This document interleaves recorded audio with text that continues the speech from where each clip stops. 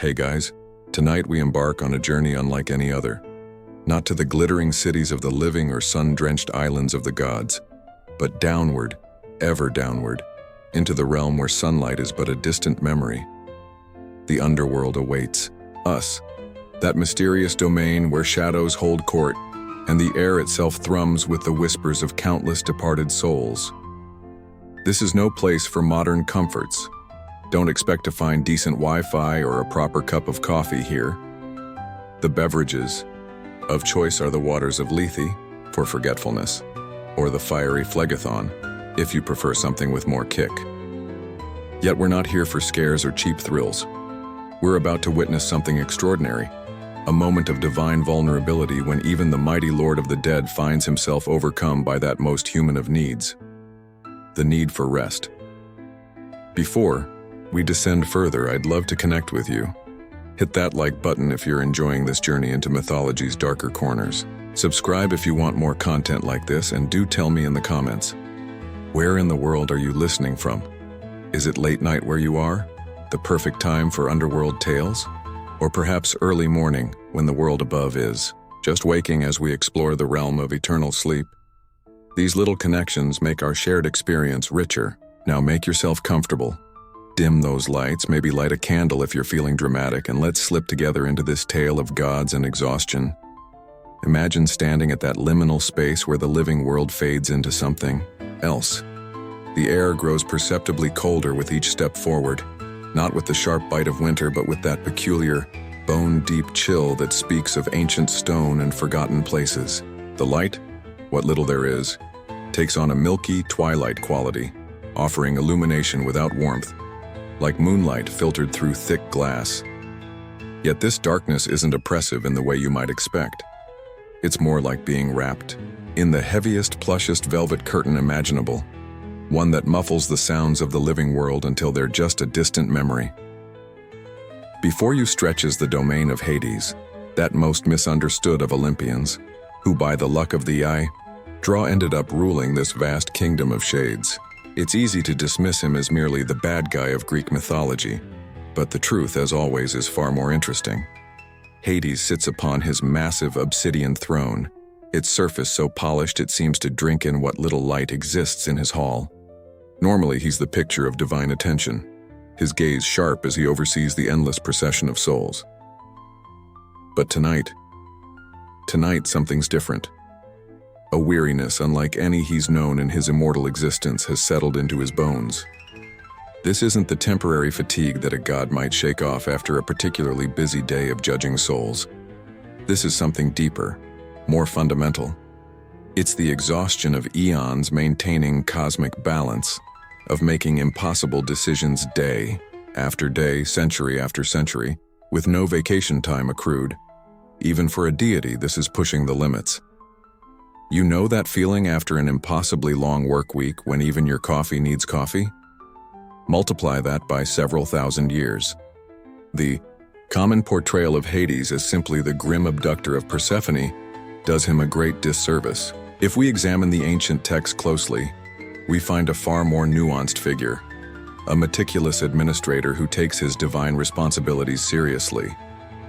His realm isn't the chaotic nightmare we might imagine, but rather a highly organized afterlife, bureaucracy, which some might argue is its own kind of nightmare. Interestingly, his domain extends beyond just death and the departed. As ruler of everything beneath the earth, he also oversees mineral wealth and even agricultural fertility. There's something almost poetic about the god of death also being connected to the riches that come from the earth and the crops that grow from it. It's as if he's running the world's most macabre diversified portfolio. Souls, precious metals, and bountiful harvests all under his purview.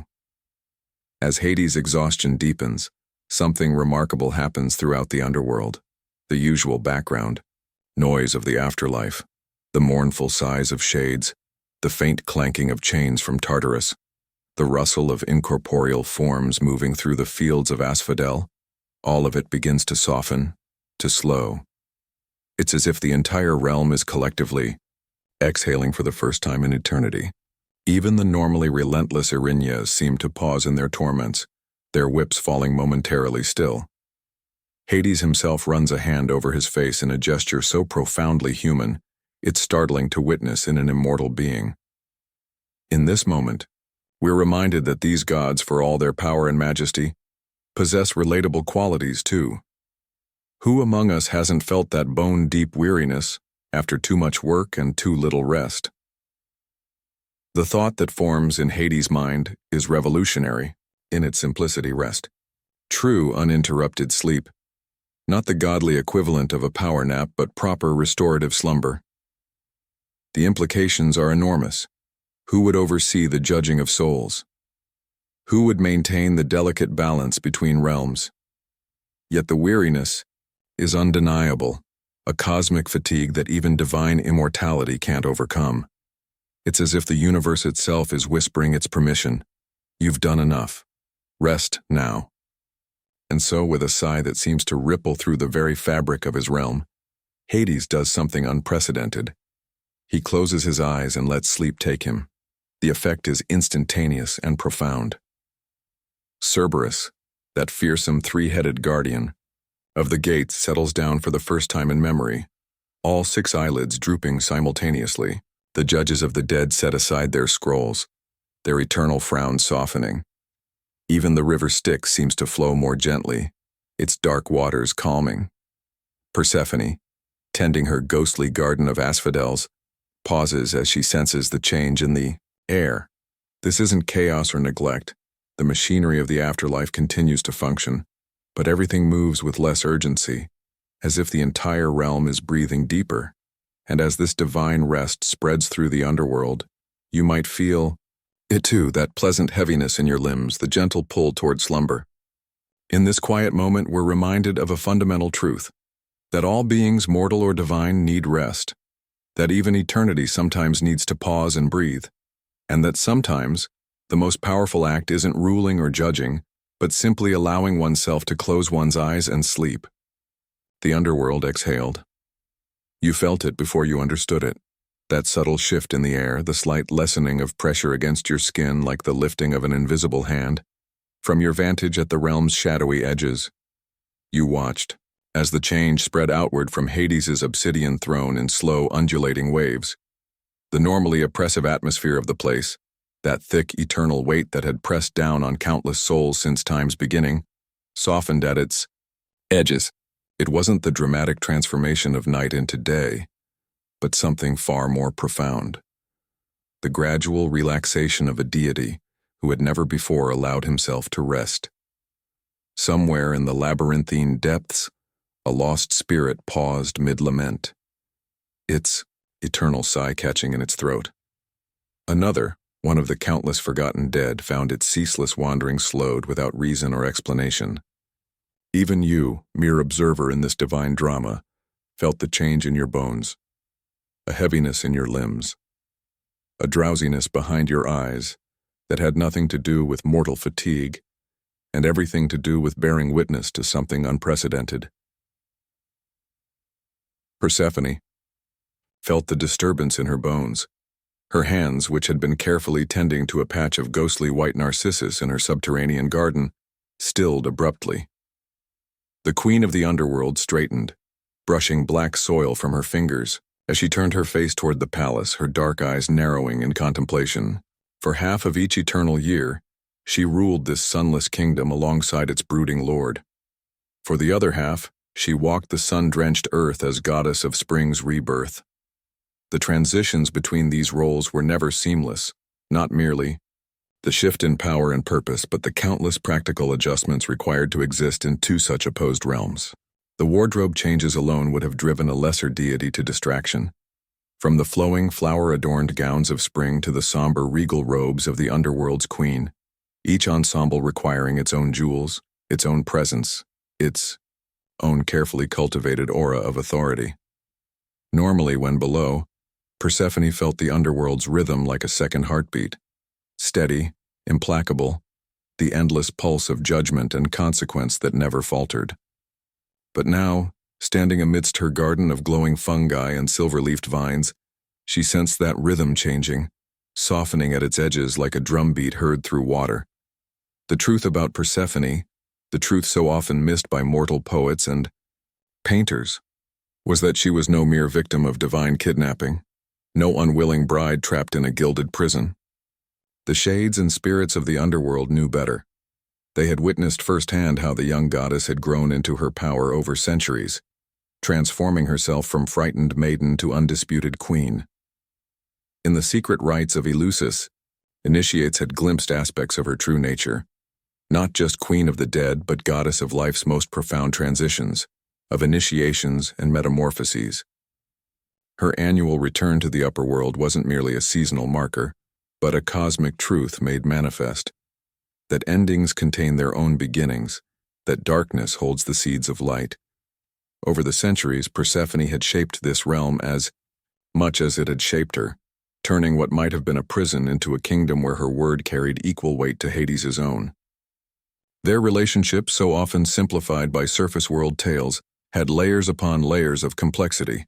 Captor and captive, yes, but also partners, co-rulers, two deities bound together by shared duty, if not always by affection. As Persephone moved through the grand halls of their obsidian palace, she noticed the changes everywhere.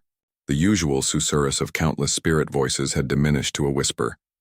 The rivers of the dead, normally churning with restless currents, flowed with uncharacteristic smoothness between their banks.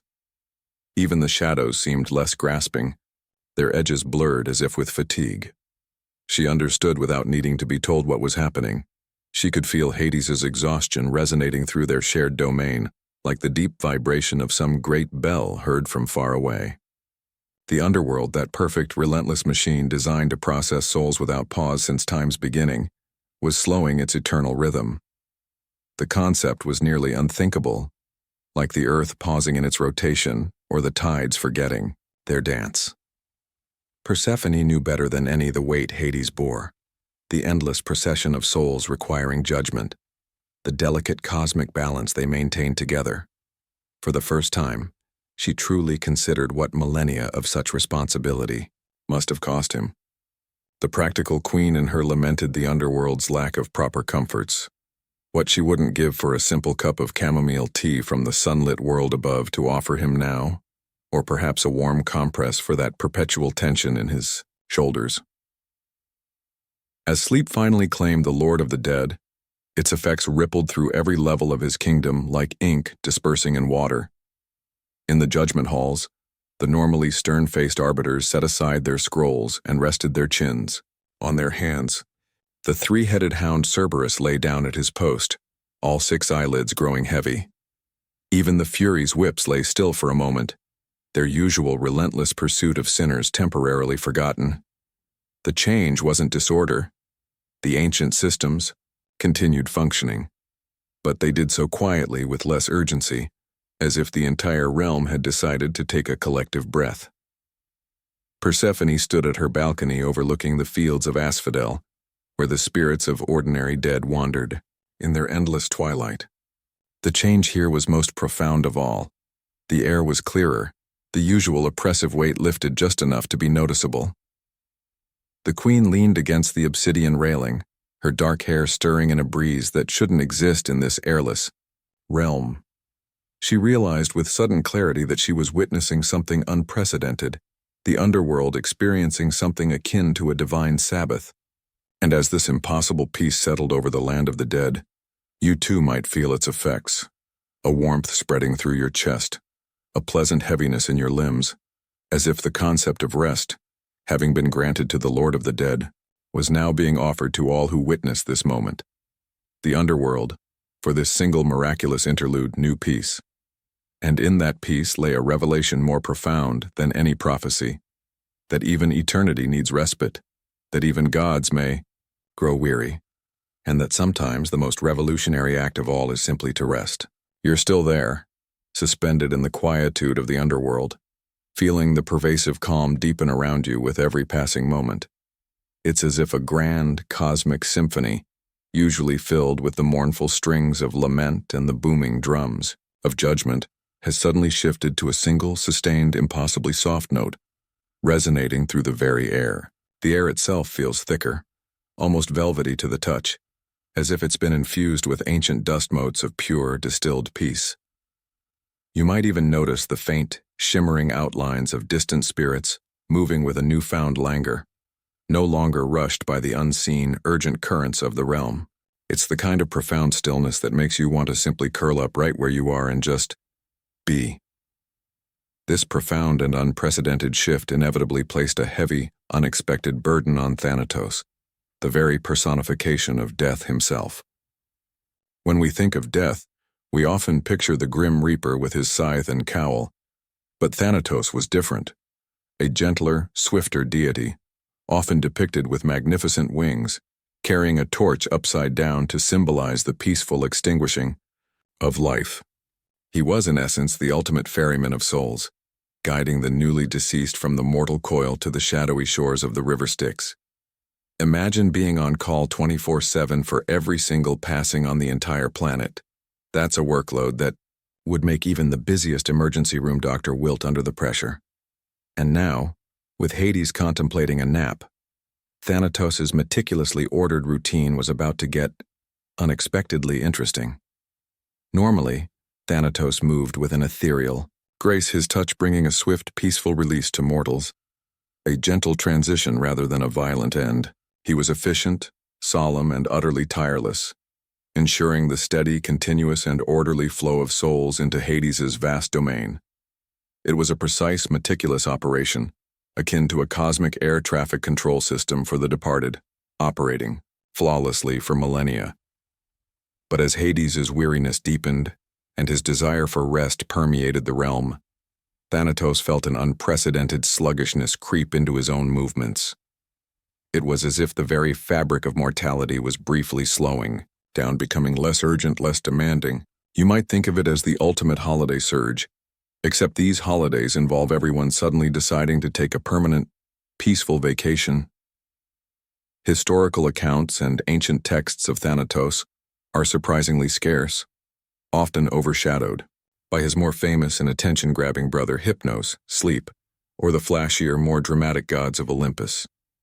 Yet his role was undeniably crucial, a cornerstone of existence. He wasn't a malicious or cruel deity. He was simply the inevitable conclusion, the final, necessary chapter in every life story.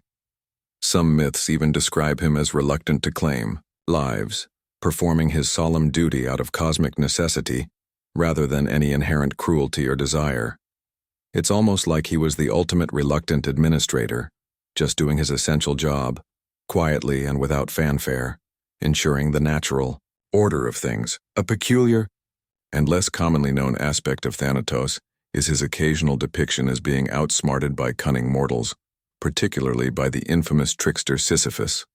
Sisyphus, through sheer cunning and deceit, managed to chain Thanatos, imprisoning him and causing a remarkable period where no one could die. This created utter, unimaginable chaos in the mortal world, as life and death became unbalanced, proving that even a god of death could be temporarily sidelined. So, it seems he wasn't entirely infallible, demonstrating a surprising vulnerability. Perhaps after that incident, he seriously needed to update his celestial security protocols and maybe invest in some unchainable ethereal restraints. Historians still debate the true nature of the relationship between Thanatos and Hades. Was Thanatos merely a loyal servant, carrying out his lord's bidding without question? Or did he hold a more respected, almost familial position within the complex underworld hierarchy? Given their shared solemn responsibilities and the somber nature of their duties, it's plausible there was a deep, unspoken understanding between them, a shared sense of purpose, and perhaps even a shared weariness from their eternal tasks. It's hard to have typical office banter or engage in light-hearted conversation when your primary job involves escorting countless souls to the afterlife, day in and day out, for millennia.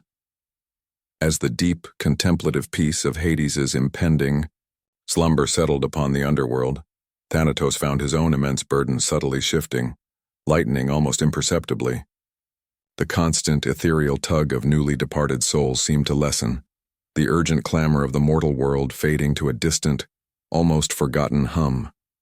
His usual ethereal quickness, his necessary swiftness, felt tempered, his movements becoming more deliberate, almost languid, as if he too was caught in the pervasive calm.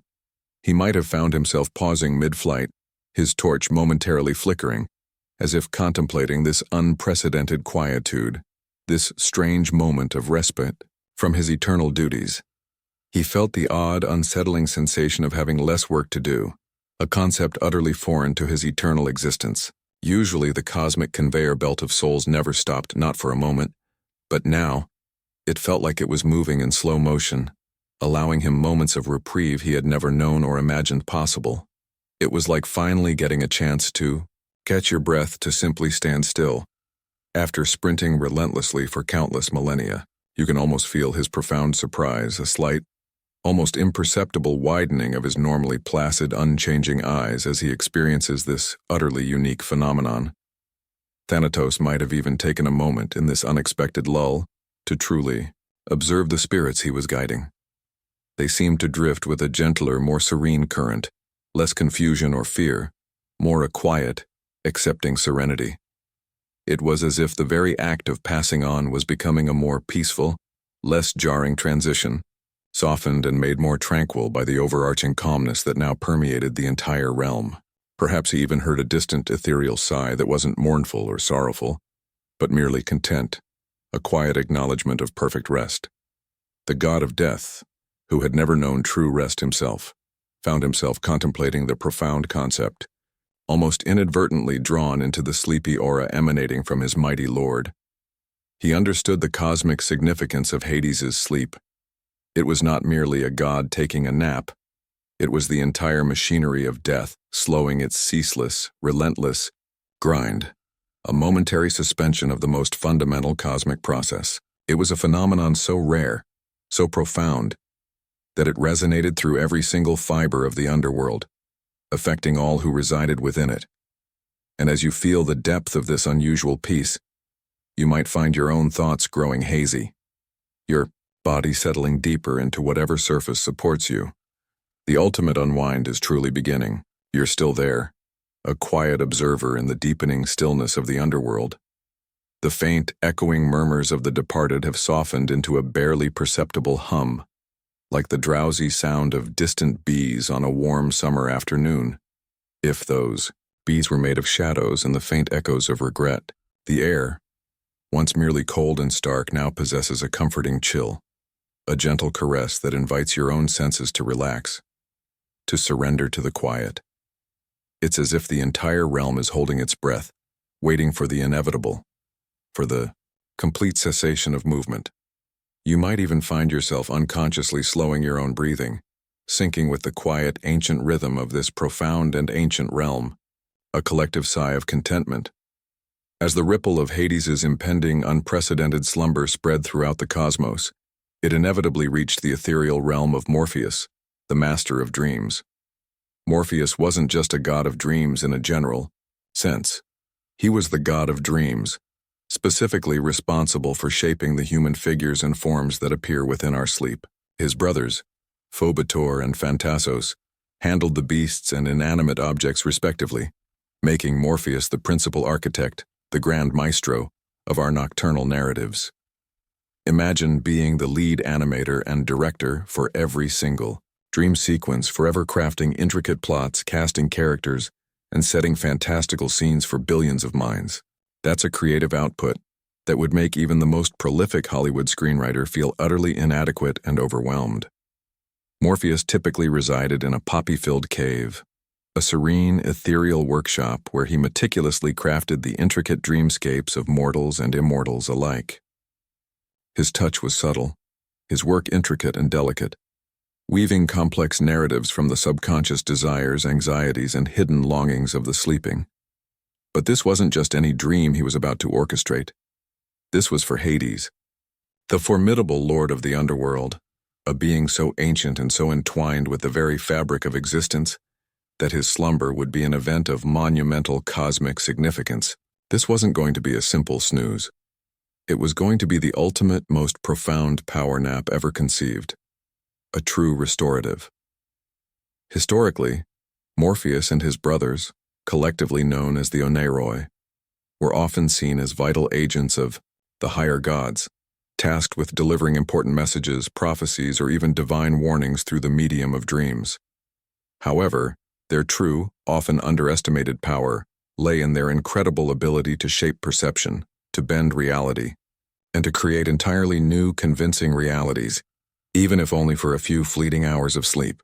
They were, in essence, the original virtual reality designers, crafting immersive experiences long before the invention of silicon chips, advanced algorithms, and clunky headsets. Their artistry was subtle, yet immensely influential. A truly fascinating, and perhaps lesser-known fact about Morpheus is his unique ability to take on any human form within a dream.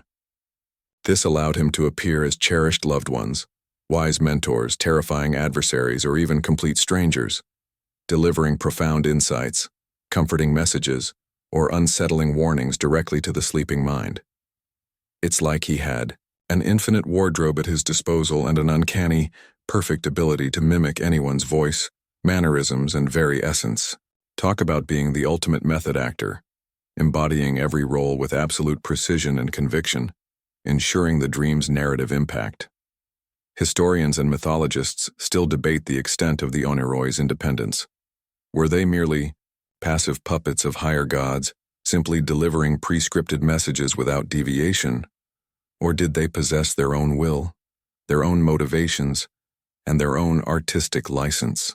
Given the boundless complexity and often unpredictable nature of human dreams, it's highly plausible that they had a considerable degree of artistic freedom, adding their own creative flair, their own unique touches, to the nocturnal narratives they spun.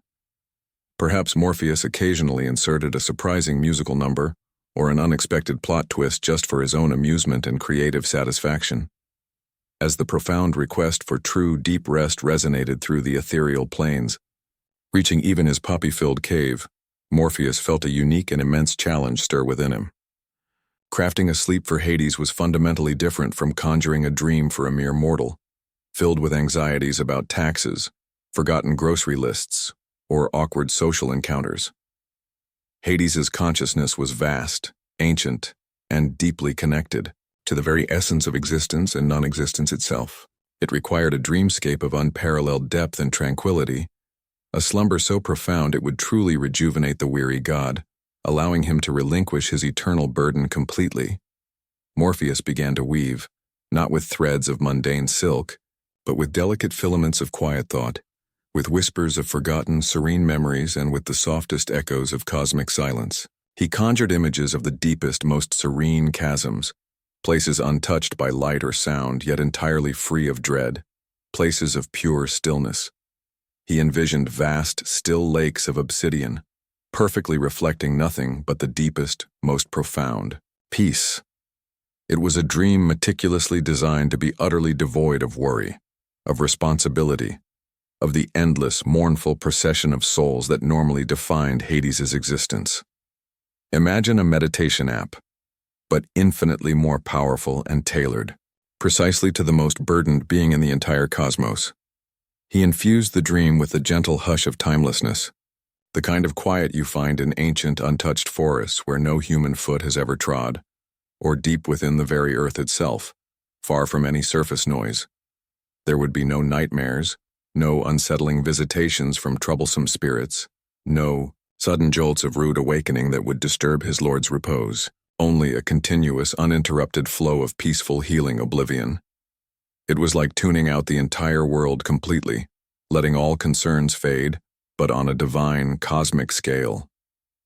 You can almost feel the gentle mental massage, the soothing, comforting touch on your own consciousness as Morpheus meticulously works his magic. Morpheus knew this slumber was a monumental, unprecedented event in the history of the cosmos. The very concept of Hades, the ever-vigilant, ever-present guardian of the dead, truly resting, truly relinquishing his duties, was almost unfathomable. It would mean a temporary suspension of his eternal burden, a brief relinquishing of control that required perfect serenity, a dreamscape utterly devoid of any intrusion. And as Morpheus meticulously crafted this unique, sacred sleep, you can feel the subtle shift in the dream currents around you, a gentle, cosmic lullaby being prepared not just for a god, but for an entire realm, an entire cosmic order. Your own eyelids might begin to feel delightfully heavy, the softest, most irresistible invitation to drift into your own peace. You remain immersed in the quietude of the underworld, a silent observer as the profound stillness deepens, becoming almost tangible. The faint, almost imperceptible whispers of the passing souls now seem to have receded entirely, replaced by a deep, resonant calm that settles over everything. It's like standing in the very heart of an ancient forest after a fresh, thick snowfall, where every sound is muffled, every rustle hushed, and the air itself feels hushed and reverent. A sense of profound peace settles over you, a gentle, comforting weight that encourages your own muscles to relax, your mind to unwind, and your spirit to quiet. You might even feel a pleasant coolness in the air, not chilling or discomforting, but utterly refreshing and pure. This spreading tranquility, originating from Hades's profound desire for rest, was most profoundly felt in Elysium, the blissful afterlife reserved for the noblest heroes, the truly virtuous and those specifically favored by the gods. Unlike the somber, muted hues of the rest of the underworld, Elysium shimmered with a soft, perpetual glow, adorned with endless fields of fragrant asphodel and groves of silvery, rustling trees. Here, the spirits lived in eternal serenity, completely, free from earthly woes, engaging in their favorite pastimes or simply basking in unending peace and contentment. Imagine the most idyllic retirement community you could ever conceive, but with infinitely better amenities, eternally perfect weather, and absolutely no mandatory bingo nights, unless of course you genuinely wanted them. Normally, even in the blissful expanse of Elysium, there was a subtle, almost imperceptible hum of activity, the gentle murmur of contented conversations, the soft, melodious strains of lyre music drifting through the air, the gentle rustle of leaves in a perpetual, warm breeze. The souls here were undeniably content but not entirely inert. They lived a vibrant, albeit supremely peaceful existence.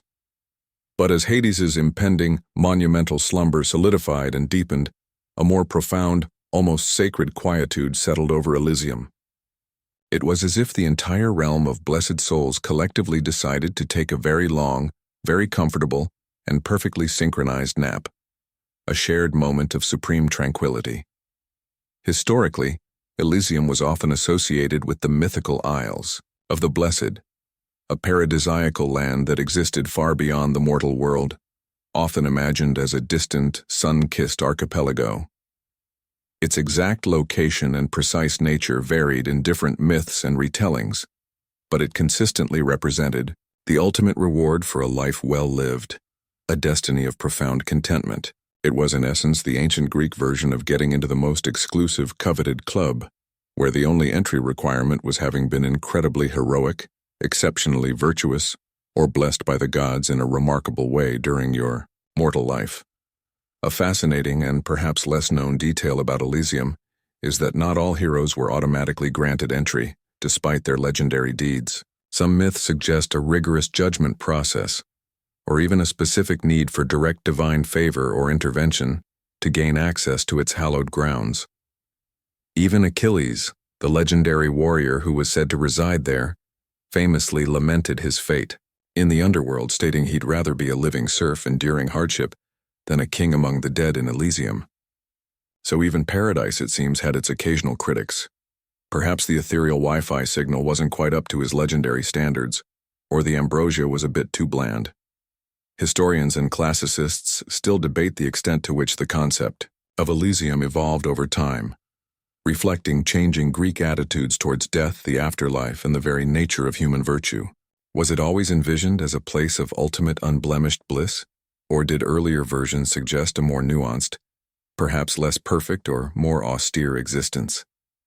It's hard to imagine anyone complaining about eternal sunshine, perfect tranquility, and endless fields of flowers, but then again, some people just seem to love finding fault even in the most heavenly of circumstances.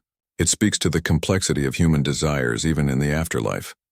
As the profound peace from Hades's growing weariness settled over the entire underworld, it manifested in Elysium as an almost palpable wave of serenity, a gentle, soothing caress. The soft sounds of leisure, the quiet conversations, and the gentle music diminished, not ceasing entirely, but becoming impossibly soft, like the fading memory of a distant whisper.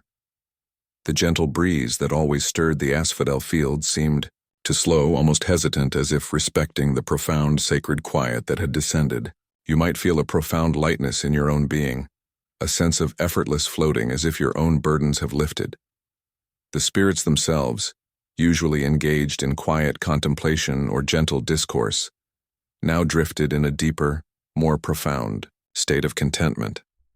Their movements became even more languid, their expressions even more peaceful, their ethereal forms glowing with a softer, more pervasive light. It was as if the ultimate relaxation had finally been achieved, a state of profound, unwavering bliss that transcended even their accustomed serenity, reaching a new peak of tranquility.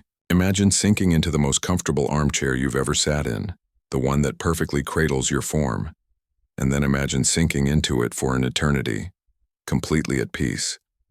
There were no anxious stirrings, no restless sighs, no lingering shadows of earthly worries or past regrets. The inherent energy of Elysium, already calm and harmonious, became utterly still, like a perfectly mirrored lake reflecting a cloudless, endless sky. It was a silent testament to the immense power of Hades's impending slumber, a ripple effect that blessed even the already blessed, granting them an even deeper repose. It was like the universe itself was taking a very, very deep restorative breath, and then exhaling all tension, all concern, all movement, in one glorious, silent moment. You might even sense a faint, sweet aroma in the air, not of earthly flowers or comforting incense, but of pure, distilled peace. It's the kind of scent that has no earthly equivalent, only the comforting essence of absolute tranquility, a fragrance of profound rest.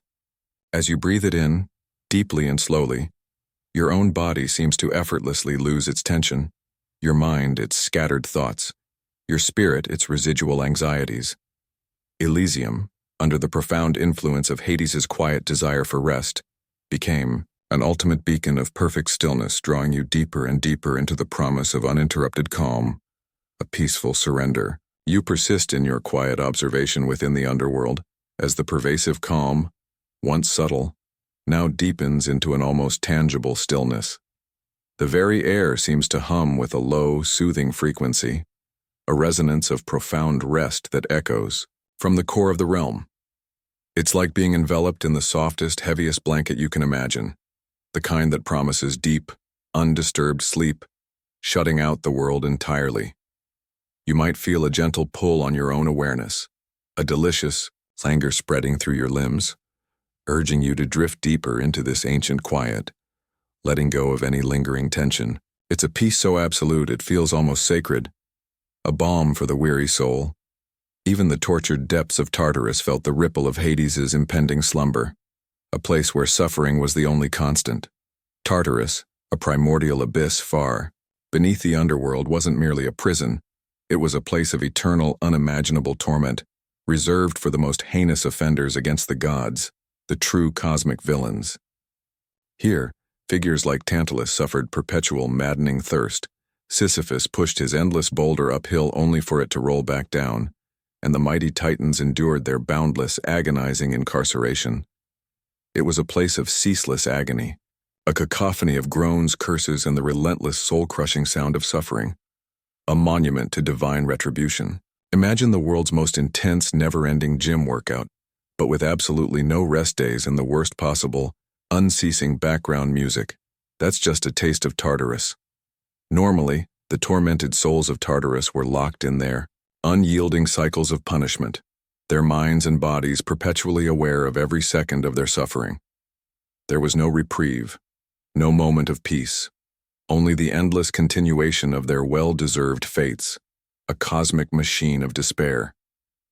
The very essence of Tartarus was its relentless, unyielding cruelty, a perpetual motion machine fueled by despair and agony. But as the deep, profound weariness of Hades began to settle over his domain, a strange, almost imperceptible shift occurred in this abyss of pain. It was as if the universe's most severe, unyielding prison warden suddenly decided to take a coffee break, leaving the torment on a momentary, unprecedented pause. Historically, Tartarus was often depicted as a literal bottomless pit, a chasm so deep it was said to be older even than the Olympian gods themselves, a primordial place of confinement for entities so powerful and dangerous that even Zeus couldn't simply destroy them. Its very existence underscored the absolute power of the gods and the severe, immutable consequences of defying them or disrupting cosmic order. It was the ultimate maximum security facility, a place where even the concept of parole was utterly absurd, and escape was truly impossible. It makes you wonder, if you were a divine prisoner there, what would you even dream about? Or would your dreams be just another form of torment? A fascinating and lesser-known detail about Tartarus is that it was not always exclusively for the damned, the perpetually punished. In some older, more ancient myths, it was simply described as a dark, deep place in the cosmos, an underlying foundation of reality, and only later did it become synonymous with punishment and eternal suffering. It's almost like a formerly neutral, cosmic spot that got repurposed as a correctional facility for divine and mortal wrongdoers. Perhaps the real estate market in the underworld was particularly competitive, and they just needed to find a suitable location for their most difficult inmates. Historians and mythologists still debate the true symbolic meaning of Tartarus in Greek mythology and its role in ancient Greek thought. Was it purely a deterrent? A theological concept designed to enforce moral behavior in mortals and obedience in gods? Or did it reflect a deeper cultural anxiety about ultimate justice, the nature of evil, and eternal consequence? It's hard to imagine anyone, even the most daring hero, ever signing up for an all-inclusive package to Tartarus, even if it came with the steepest discount code imaginable. The idea of eternal torment is a concept that truly transcends time and culture, leaving a lasting impression. As the waves of tranquility emanated from Hades, flowing outwards from his slumbering form, they brushed against even the impenetrable, suffering-laden walls of Tartarus. The ceaseless screams, the agonizing moans, the constant clang of chains that usually filled the abyss, they didn't vanish entirely, but they seemed to soften, to recede into a distant muffled echo, as if heard through layers of thick velvet. It was like someone had intentionally turned down the volume on the cosmic misery, just a notch or two, granting a moment of respite. A strange, fleeting sense of bewilderment might have spread among the eternally suffering, a momentary confusion at the unexpected easing of their torment. The very air in Tartarus, normally thick with despair, agony, and the oppressive weight of suffering, seemed to grow marginally lighter, the suffocating pressure lifting just enough to be noticeable, a subtle shift in the very atmosphere. For a fraction of a moment, the unending torment felt less intense, less immediate. It was like finding a tiny, almost imperceptible crack in a perfectly solid, unyielding wall, offering a brief, precious glimpse of something other than endless confinement, a momentary breath of quiet. You might feel a strange, momentary empathy for the tormented, a fleeting sense of relief in their unusual, divine-granted respite. Even the unyielding mechanisms of punishment seemed to operate with a fraction less fervor, their relentless rhythm momentarily disrupted. Sisyphus might have felt the boulder momentarily lighter as he strained, its weight infinitesimally less crushing. Tantalus's maddening thirst might have felt infinitesimally less agonizing, a momentary dulling of his eternal craving. It wasn't freedom, not by any stretch of the imagination, and certainly not an end to their fate. But it was a pause, an unexpected silence in a symphony of agony. It was the cosmic equivalent of the alarm clock failing to go off for just one glorious morning, granting a rare, unbidden moment of peace in a timeless torment. This fleeting reprieve, born from Hades's profound need for rest, was a testament to the god's pivotal, foundational role in the very fabric of existence and the cosmic order. Even in his weariness, his state affected everything, from the most blissful, serene corners of Elysium to the most wretched, tormented depths of Tartarus. And as you perceive this incredible, far-reaching influence, your own understanding of cosmic balance and the interconnectedness of all things might shift, drawing you deeper into the quietude of the underworld, where even suffering momentarily bows to the will of sleep, a quiet moment of grace in the eternal. The underworld now embraced an unprecedented, profound tranquility. This wasn't merely reduced noise. It was an active, almost tangible silence, muffling everything and absorbing sensations into its immense depth. The cool, soothing air vibrated, with faint echoes of eternity, a quiet that invited deep, pervasive calm and drowsiness. This complete absence of commotion made it feel as though the very fabric of Hades's realm had paused, holding its breath in reverence to this extraordinary stillness.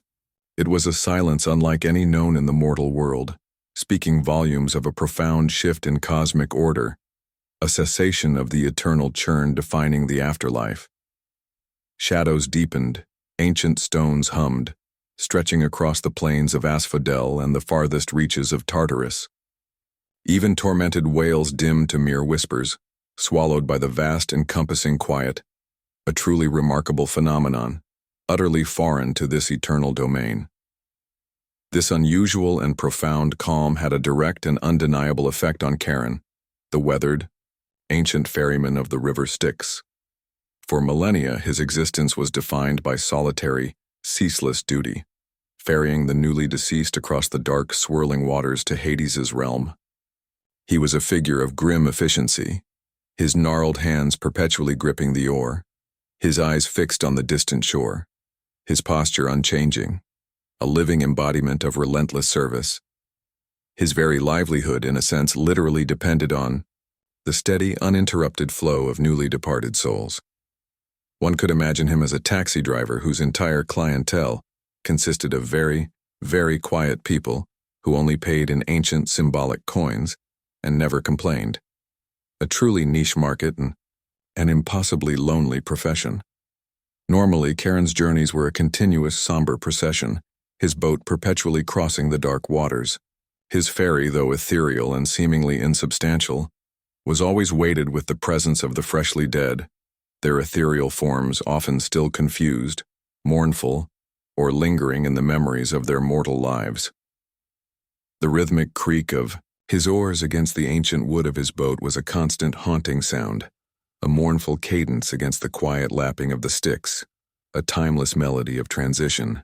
But as deep weariness settled over Hades's domain, an unsettling placidity descended upon the river itself, as if the cosmic current decided to take a leisurely detour, slowing its eternal flow, offering a reprieve that had been unimaginable for countless ages. The weight of his endless task, usually a heavy mantle, seemed to lift, replaced by a strange sense of unburdening. Historically, Charon was not merely a mythological figure. He was a central and vital element in Greek funerary rites. An obol was carefully placed in the mouth of the deceased as payment. Without it, the soul would wander the Styx indefinitely, never finding peace. This highlights the reverence ancient Greeks had for death and strict adherence to cosmic bureaucracy. Interestingly, Charon wasn't always depicted as the old, withered figure we envision. Earlier art showed him as more robust, even youthful, sometimes with a cap. His transformation likely reflected evolving perceptions of death, becoming more somber and inevitable.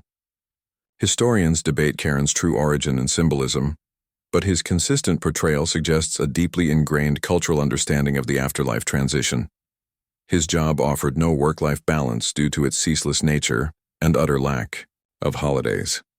His grim demeanor stemmed less from personal disposition and more from the immense, unending gravity of his charge, the endless passage of souls. As the soothing influence of Hades's growing slumber radiated outwards, spreading its profound tranquility, it touched the very waters of the Styx. The river, usually a churning, somber flow, now glided with uncharacteristic smoothness, its surface almost glassy, reflecting the deep stillness above.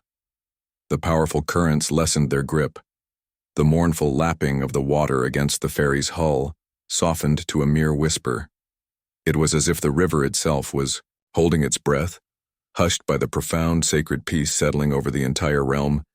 Its eternal journey temporarily paused. You might feel a similar stillness settling in your own blood, mirroring this cosmic peace. Charon, ever vigilant and observant, noticed the change immediately.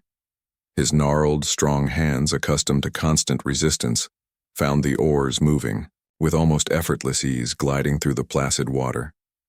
The flow of new arrivals dwindled to a mere trickle, then to an occasional solitary shade, and finally, for long, unprecedented stretches, to nothing at all. His ferry, usually weighed down by its cargo, felt surprisingly light, almost buoyant. It was the ultimate slow day at the office, where even the boss was taking a very long nap, and the workload had simply vanished into thin air. A truly extraordinary and bewildering turn of events for the eternal ferryman. For the first time, in millennia, Karen found himself with an unexpected surplus of time. No urgent calls, no impatient souls. He could glide across the tranquil waters at his own pace, even pausing mid-river to appreciate the unprecedented quiet. His ancient eyes, unaccustomed to such leisure, might have blinked slowly, showing profound, bewildered peace.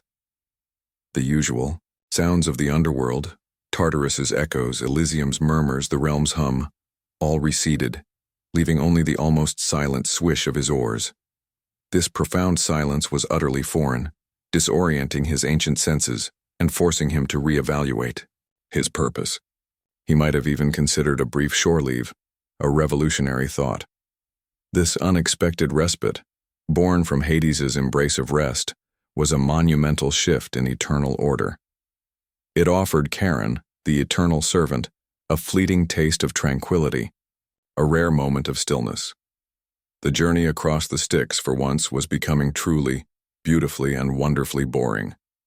A testament to a god's slumber and a glimpse into peace that can touch even the most ceaseless duties.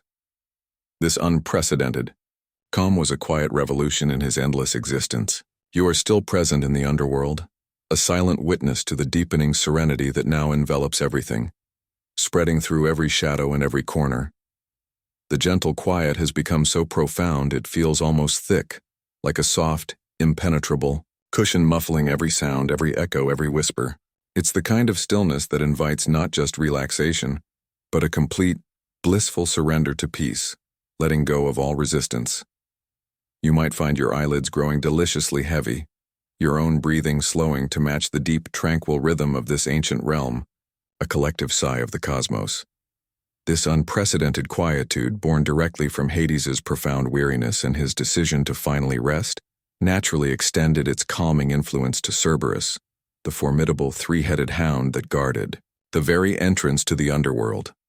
Cerberus wasn't just a pet, nor a mere animal. He was a living, breathing, snarling deterrent, a multi-headed fortress ensuring no mortal dared to leave Hades's domain without permission, and no unauthorized, living soul entered without divine escort. Imagine trying to get past a dog with 3 massive heads, each one capable of breathing fire or spitting venom, and a bark that could probably shatter solid granite.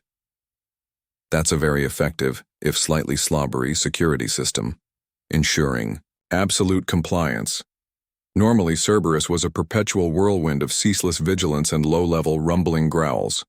Each of his 3 heads was independently alert, always scanning, always listening. One perhaps sniffing the air for unauthorized scents or stray souls, another watching for any suspicious movement in the shadows, and the third perhaps just grumbling about the lack of good belly rubs or a tasty bone. His 6 eyes, perpetually scanning his domain, missed nothing, not even the smallest shift. He was the ultimate gatekeeper, a furry, fanged fortress of perpetual fury.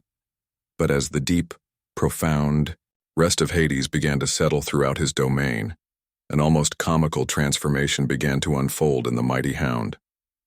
It was like the world's most vigilant security guard suddenly found a perfectly soft dog bed and decided to take a 5-minute power snooze, only for it to stretch into an eternity.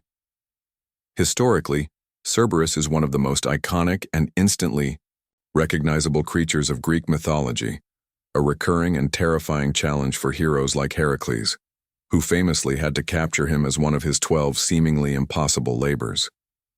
His fierce, unwavering loyalty to Hades is consistently emphasized throughout ancient texts and art, making him a powerful symbol of the unyielding nature of death's domain, a guardian who cannot be swayed.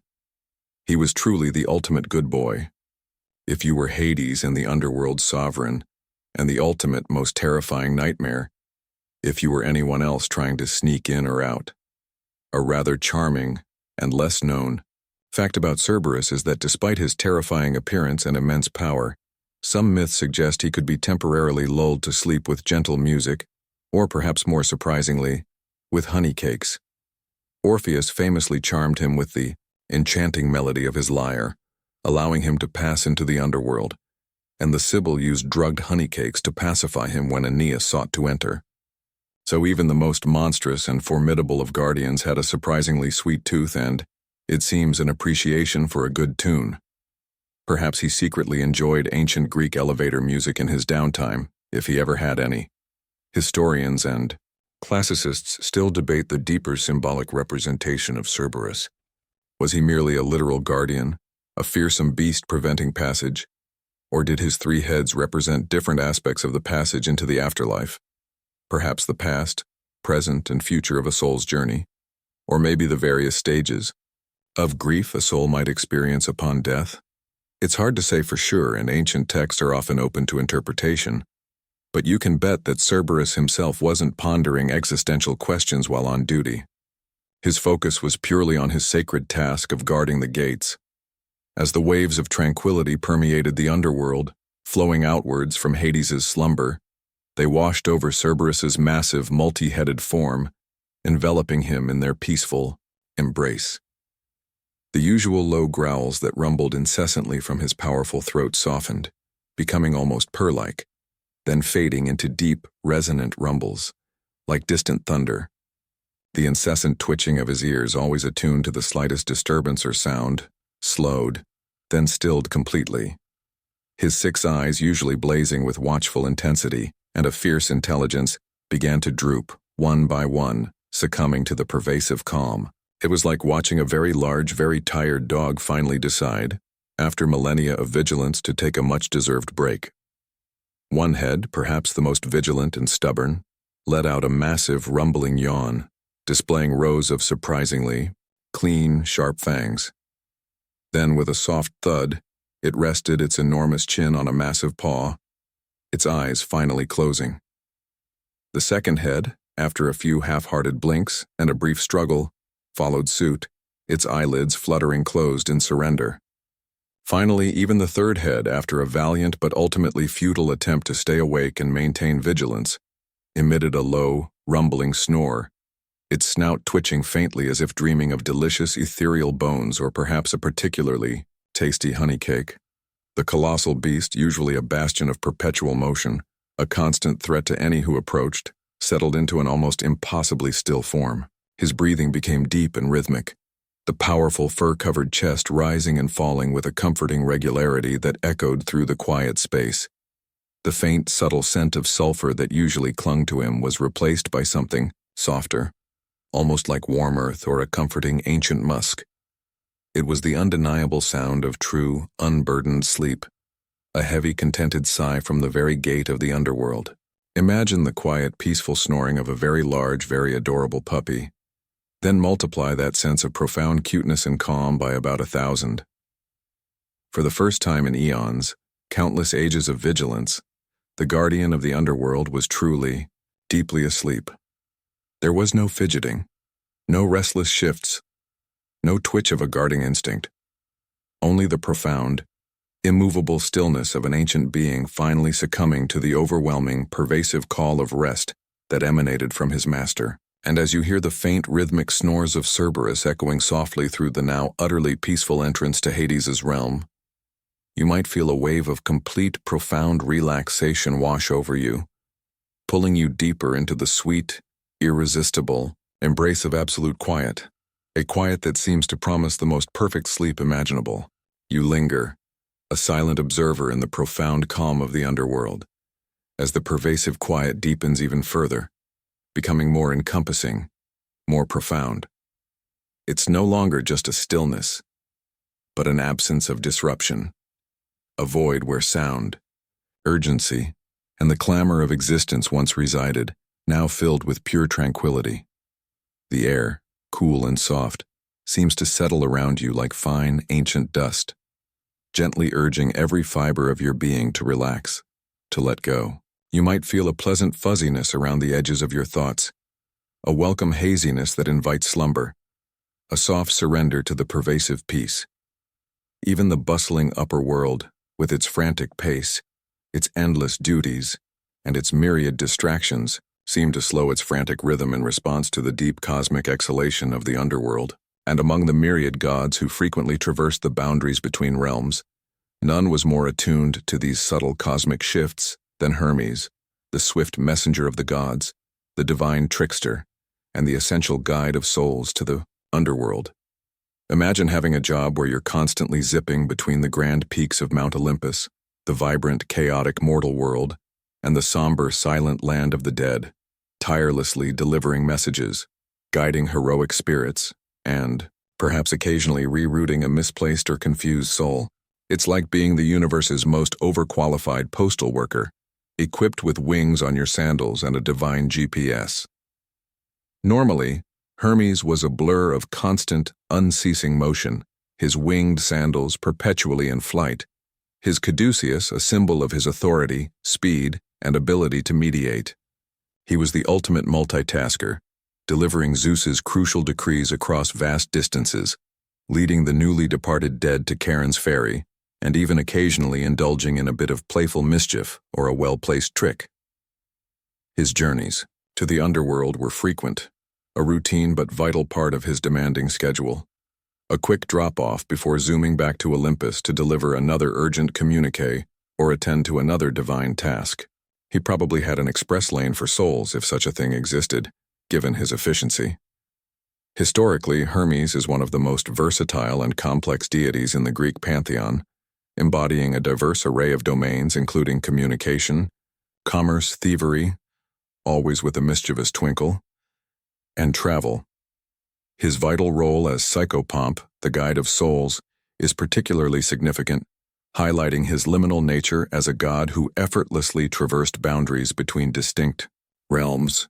He was truly the original influencer, connecting disparate worlds and beings, though thankfully without the constant need for selfies or the performative nature of modern social media. His influence was built on action, not just appearance. Truly fascinating and perhaps lesser-known fact about Hermes is his famous invention of the lyre. As a mere baby, he famously stole Apollo's sacred cattle in a clever, audacious act of thievery, and then, to appease his angered, powerful brother, he ingeniously fashioned the beautiful instrument from a tortoise shell and ox guts. This demonstrates not only his cunning and mischievous nature, but also his remarkable resourcefulness and unexpected artistic talent, proving he wasn't just a delivery boy. He was also a surprisingly gifted musician and a brilliant inventor. Perhaps he hummed a little tune or played a soft melody on his trips to the underworld, entertaining the silent spirits. Historians and mythologists still debate the extent of Hermes's true allegiances. While he undeniably served Zeus and the Olympian order, his frequent, almost daily interactions with Hades and his crucial role in guiding souls to the afterlife suggest a certain neutrality, an impartial dedication to the cosmic order and the flow of existence rather than strict loyalty to one particular faction of gods or their squabbles. It's inherently difficult to pick sides or hold strong biases when you're constantly carrying sensitive messages between everyone, from the highest gods to the lowliest mortals, navigating all realms with equal ease. As the profound tranquility emanating from Hades's impending slumber spread throughout existence, Hermes, in the midst of his usual whirlwind of activity, noticed an unusual, striking stillness. His trips to the underworld, typically marked by a steady stream of newly departed souls awaiting his crucial guidance, became strikingly, eerily quiet. The ethereal cues shortened dramatically, then vanished entirely for long, unprecedented stretches. The mournful murmurs and quiet confusion that usually accompanied the journey of the dead gave way to an eerie, almost sacred silence. It was like suddenly finding yourself on a bustling freeway during a zombie apocalypse, eerily quiet, profoundly unsettling, and strangely beautiful. He might have paused mid-flight, hovering for a moment, his winged sandals stirring only the faintest wisp of ethereal air suspended in disbelief. His keen divine senses, always acutely attuned to the pulse of existence, the ebb and flow of life and death, registered the deep, resonating calm, the usual cacophony of mortal life, The distant clamor of Olympian squabbles, the whispers of human ambition, all seemed to fade, replaced by the profound, almost spiritual quiet emanating from the realm of the dead, a silence that felt ancient and absolute. He might have even checked his celestial watch, wondering if he'd somehow missed a critical memo about a universal quiet time or an unexpected cosmic holiday. Hermes, ever curious and inherently observant, would have felt the subtle yet profound shift in the very fabric of the cosmos. The flow of life and death, usually a ceaseless roaring river, now felt like a vast, deep lake, its surface perfectly still, reflecting the quiet of eternity. There were fewer urgent pleas from the dying, fewer last rites to attend to, fewer bewildered souls to guide to the ferryman. It was an unprecedented lull, a quiet so profound it bordered on the miraculous, a cosmic anomaly that defied all previous understanding.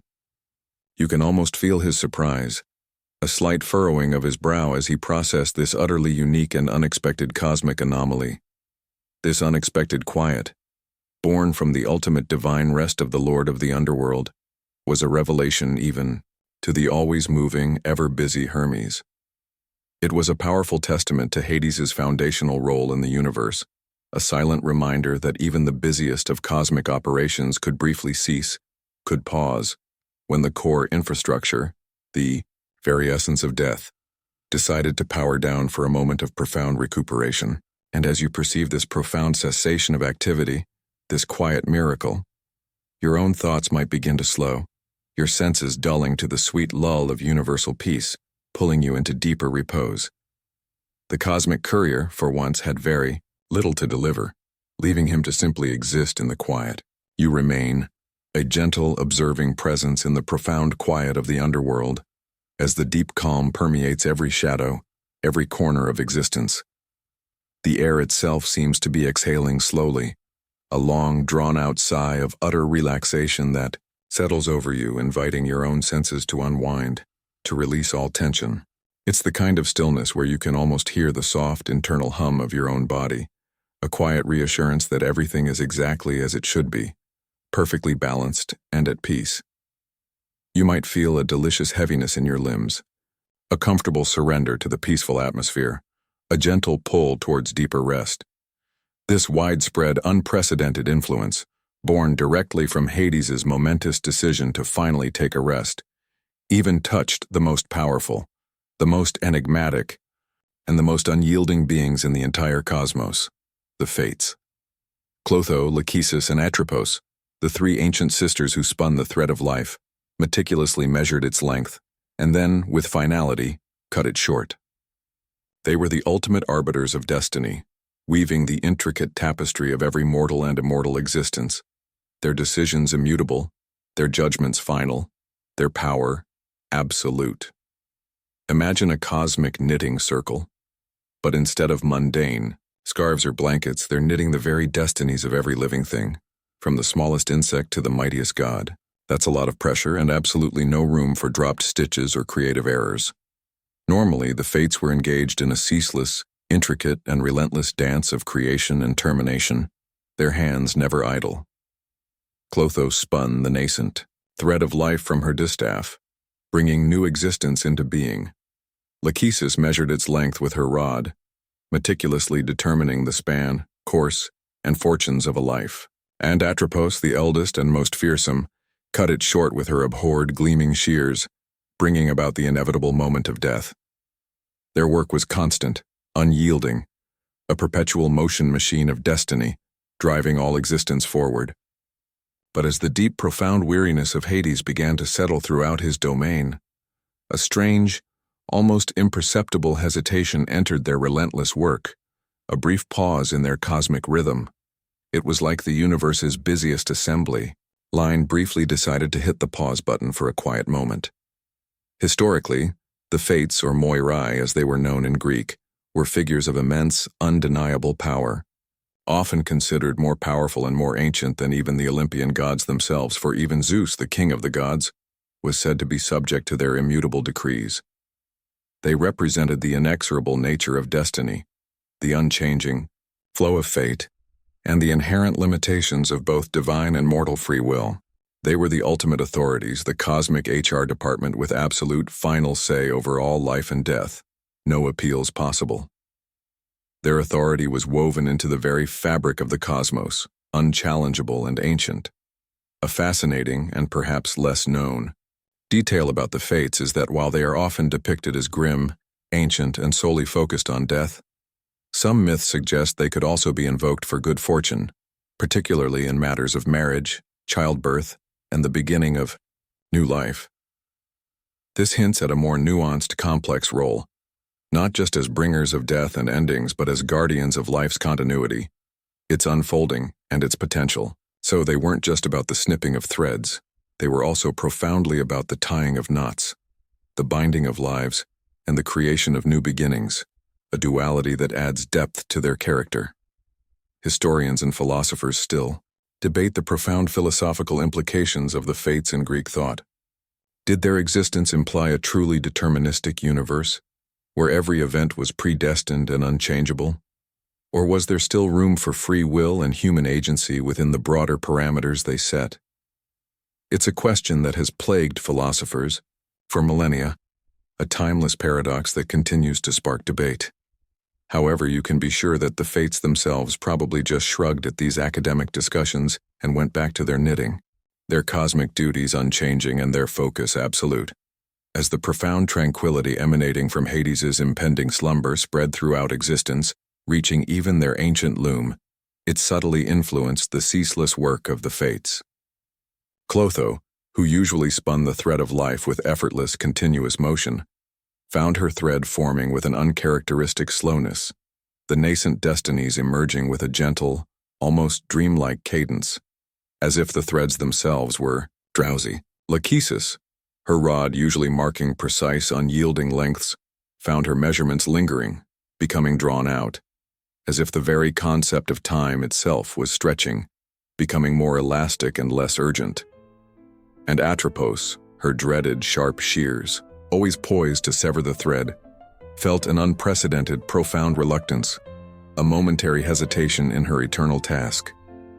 The threads of life, usually presented to her with relentless, ceaseless frequency, now arrived with a gentle, almost respectful, pause between them. The sharp, decisive snap of her shears became less frequent, replaced by longer, softer intervals, moments of absolute quiet. It was like a very busy seamstress suddenly finding herself with a remarkably clear, unexpected schedule, her hands pausing in stillness. You can almost feel her ancient fingers flexing, unaccustomed to such leisure. A moment of profound stillness for the bringer of ends. The air around the fates, usually humming with the faint vibrations of countless destinies being woven. The whispers of lives unfolding, now held a deep, profound silence. The subtle whispers of fate, normally so clear and distinct in their pronouncements, became muffled, distant, as if the very loom of existence had muted its operations, softening its cosmic hum. It was a cosmic slowdown, an almost miraculous pause in the relentless march of time and destiny, a moment when even the fabric of reality seemed to take a collective breath. This unexpected respite, born from the deep, cosmic need for rest that Hades was finally embracing, was a powerful testament to the fundamental, interconnected importance of his realm.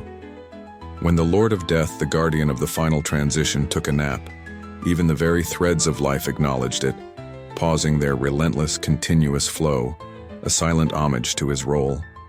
And as you perceive this incredible lull in the weaving of fate, this profound cosmic quietude, your own mind might begin to quiet, your thoughts drifting, your body sinking deeper into the sweet embrace of universal peace, a peace that blankets all.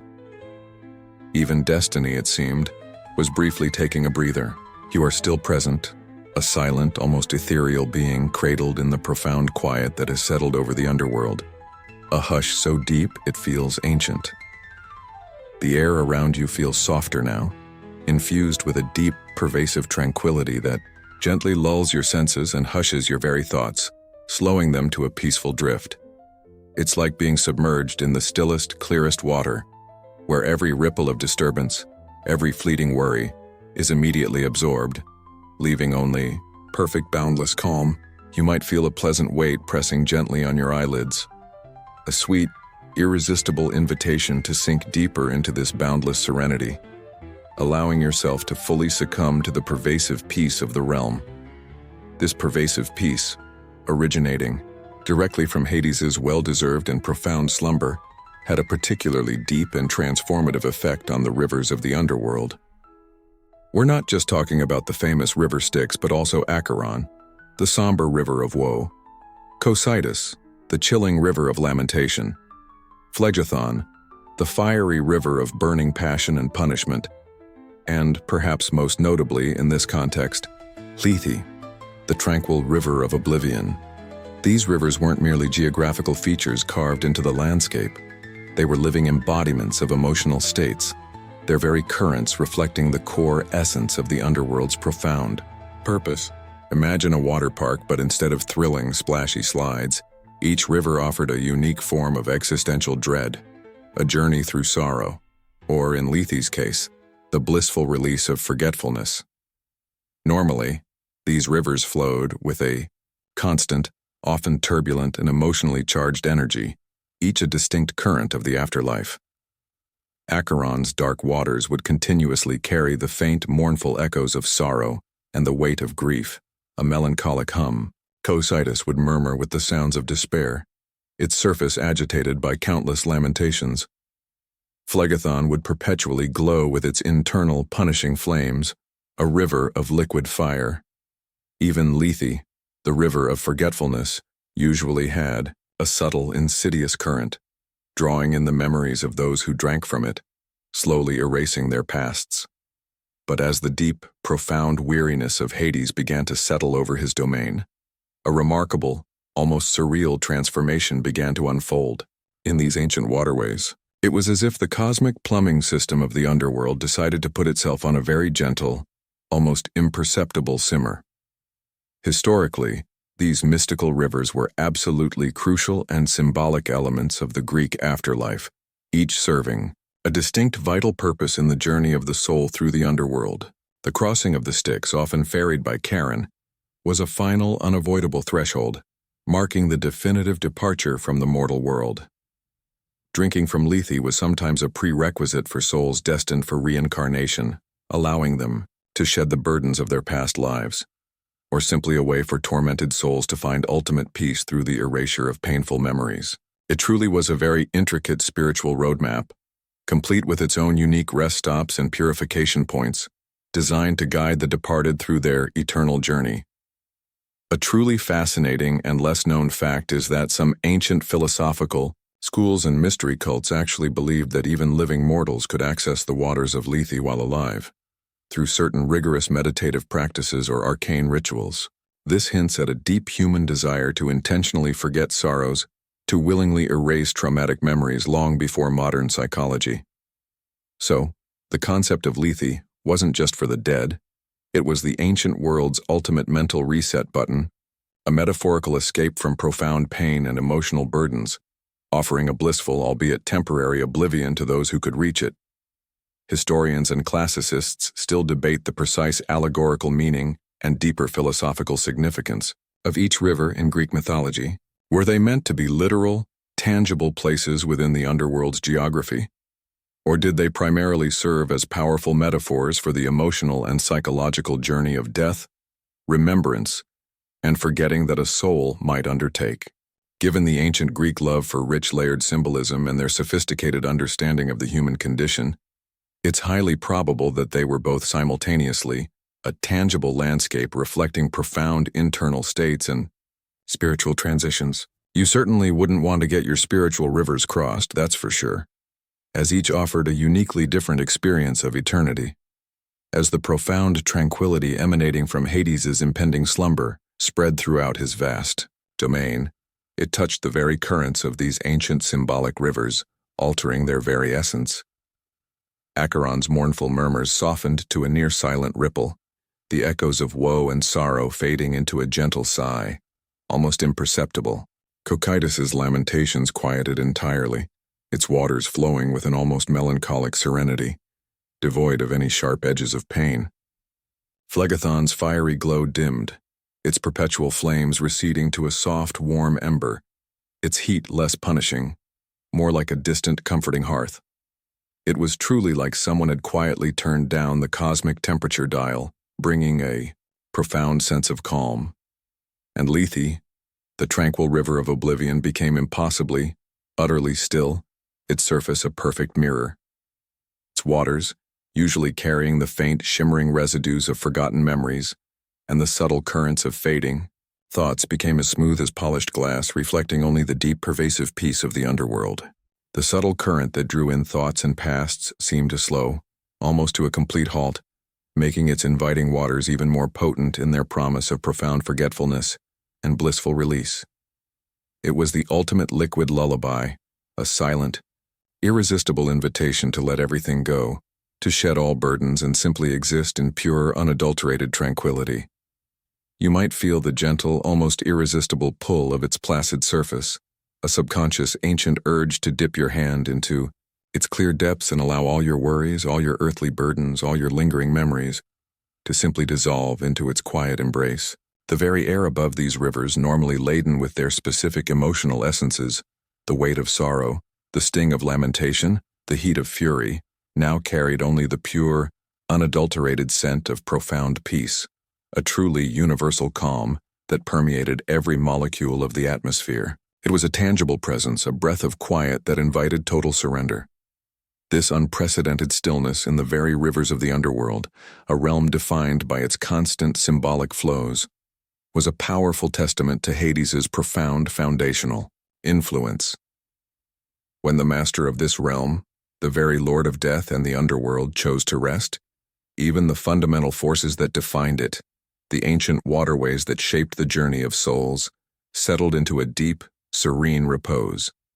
And as you perceive this remarkable quietude, this gentle cessation of eternal flow, the profound, gentle current of peace might begin to wash over your own mind, slowly pulling your thoughts away, leaving only the calm, undisturbed surface of profound relaxation.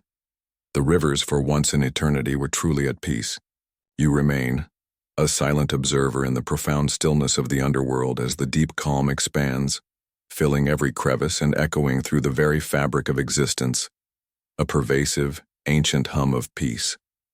The air around you is now impossibly soft, a velvety darkness that promises no disturbance, no sudden shift, no unexpected intrusion.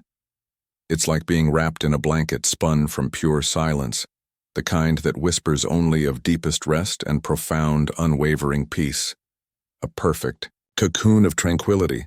You might feel a delicious weight settling upon your limbs, an inviting heaviness that encourages you to sink deeper into the boundless tranquility, letting go of all resistance. This far-reaching peace, emanating with ethereal grace from Hades's profound slumber, even reached the shadowy, mystical realm of Hecate, the enigmatic goddess of magic, witchcraft, crossroads, and ghosts. Hecate was a truly liminal deity, operating effortlessly at the boundaries of worlds, often depicted with three faces or bodies, symbolizing her dominion over past, present, and future, or perhaps earth, sky, and sea, or even birth, life, and death. Her power was immense, her arcane knowledge vast, and her presence often heralded by the chilling baying of spectral hounds or the mysterious flickering of ghostly lights. Imagine a cosmic chemist who also dabbled in ancient divination, had connections to the spirit world, and a distinct penchant for spooky canine companions. She probably had the most interesting and perhaps most dangerous potion cabinet in all of existence. Normally, Hecate's potent magic was a whirlwind of ceaseless energy, her complex spells weaving through the ethereal fabric of the cosmos, manipulating unseen forces, influencing subtle threads of fate, and assisting those mortals and immortals who sought her aid in their desperate hours. She moved through the deepest shadows with an ethereal grace, her twin torches illuminating hidden paths and forgotten crossroads, her ancient incantations echoing with primal, ancient power. Her connection to the underworld was incredibly deep and fundamental, as she was often invoked by sorcerers wishing to commune with the dead or harness chthonic underworldly powers. Her nights were likely filled with spectral house calls and complex, intricate spell requests from across the realms, Historically, Hecate's cult was one of the most ancient and enduring among the Greek pantheon, often intrinsically linked to the moon, the night, and various forms of powerful magic and ritual. She was a goddess of both blessing and terror, a complex duality, capable of granting great wealth and victory in battle, but also sending terrifying nightmares, unleashing haunting spirits, and bringing about misfortune. She was truly the ultimate, complex character, embodying both benevolent and darker, more mysterious aspects of divinity, a goddess who defied easy categorization and inspired both reverence and fear. Her influence permeated hidden corners of the world. A fascinating and perhaps less known fact is that Hecate was sometimes surprisingly associated with childbirth and even served as a guardian of households, particularly at gates and doorways, protecting entrances and exits. This seemingly contrasts sharply with her more fearsome and well-known image as a queen of ghosts and mistress of dark arts, revealing a truly multifaceted nature that encompassed protection and domesticity as well as arcane power and spiritual influence. So she wasn't just brewing mysterious potions in her cauldron. She was also, somewhat unexpectedly, a surprisingly domestic deity, perhaps ensuring your ancient Greek smart home was secure from both mortal intruders and malevolent spirits alike. Historians and mythologists still debate the evolution of Hecate's complex role and her unique relationship with other gods within the Greek pantheon. Was she originally an independent, powerful goddess from an earlier cosmology, who was later absorbed into the Olympian pantheon? Or did her vast powers in various domains simply expand over time to encompass her various spheres of influence? Her unique position, often operating outside the direct hierarchical influence of Olympus, suggests a powerful, independent spirit, a deity who forged her own path and commanded respect without needing to be subservient. She was truly a goddess who did things her own way, charting her own course through the cosmos. As the profound tranquility emanating from Hades's impending slumber spread through the cosmos, permeating even the most esoteric realms, it gently brushed against Hecate's powerful magical energies. Her usual intricate spells, which typically flowed with restless, shimmering intensity and a subtle crackle of power, began to smooth out, their ethereal patterns becoming simpler, more elegant, more harmonized, as if the very chaos they managed had quietly subsided. The flickering of her spectral torches, usually dancing wildly, dimmed to a steady, soft glow, their light less piercing, more comforting, casting long, serene shadows. It was truly like her entire magical workshop had decided to dim the lights and put on some calming instrumental music, a rare moment of peace for the mistress of magic. Hecate, usually deeply immersed in her arcane arts and the intricate dance of cosmic forces, felt a subtle yet undeniable shift in the magical currents around her, a profound lessening of their usual intensity. The usual surge of raw energy from the mortal world, the constant whispers of those desperately seeking her aid, seemed to lessen, replaced by a deep, resonant calm that hummed gently through the very fabric of existence, a counterpoint to her usual bustling activity. Her own deep wells of power, typically in constant flux and ever ready for deployment, settled into a profound, undisturbed equilibrium, a perfect balance. It was as if the cosmic demand for complex, active magic had momentarily subsided, granting her an unexpected respite.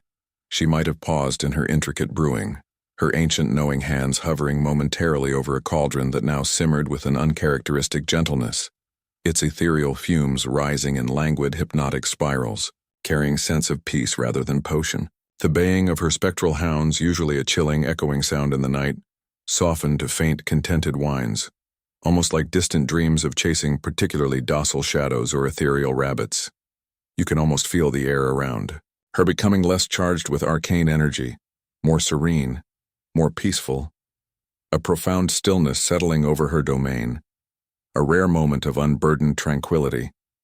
This unprecedented stillness in the very magical currents of the cosmos, born from Hades's profound absolute need for rest, was a truly monumental event, a ripple effect reaching into the deepest mysteries. It showed that even the most chaotic and powerful forces of magic and destiny bent to the will of ultimate peace when the Lord of Death, the very foundation of the Underworld, took a nap. And as you perceive this incredible lull in the world of magic, this rare moment of stillness, your own mind might begin to quiet, your thoughts becoming softer, your body sinking deeper into the sweet embrace of universal tranquility. Even magic itself, it seemed, was briefly taking a well-deserved, profound break.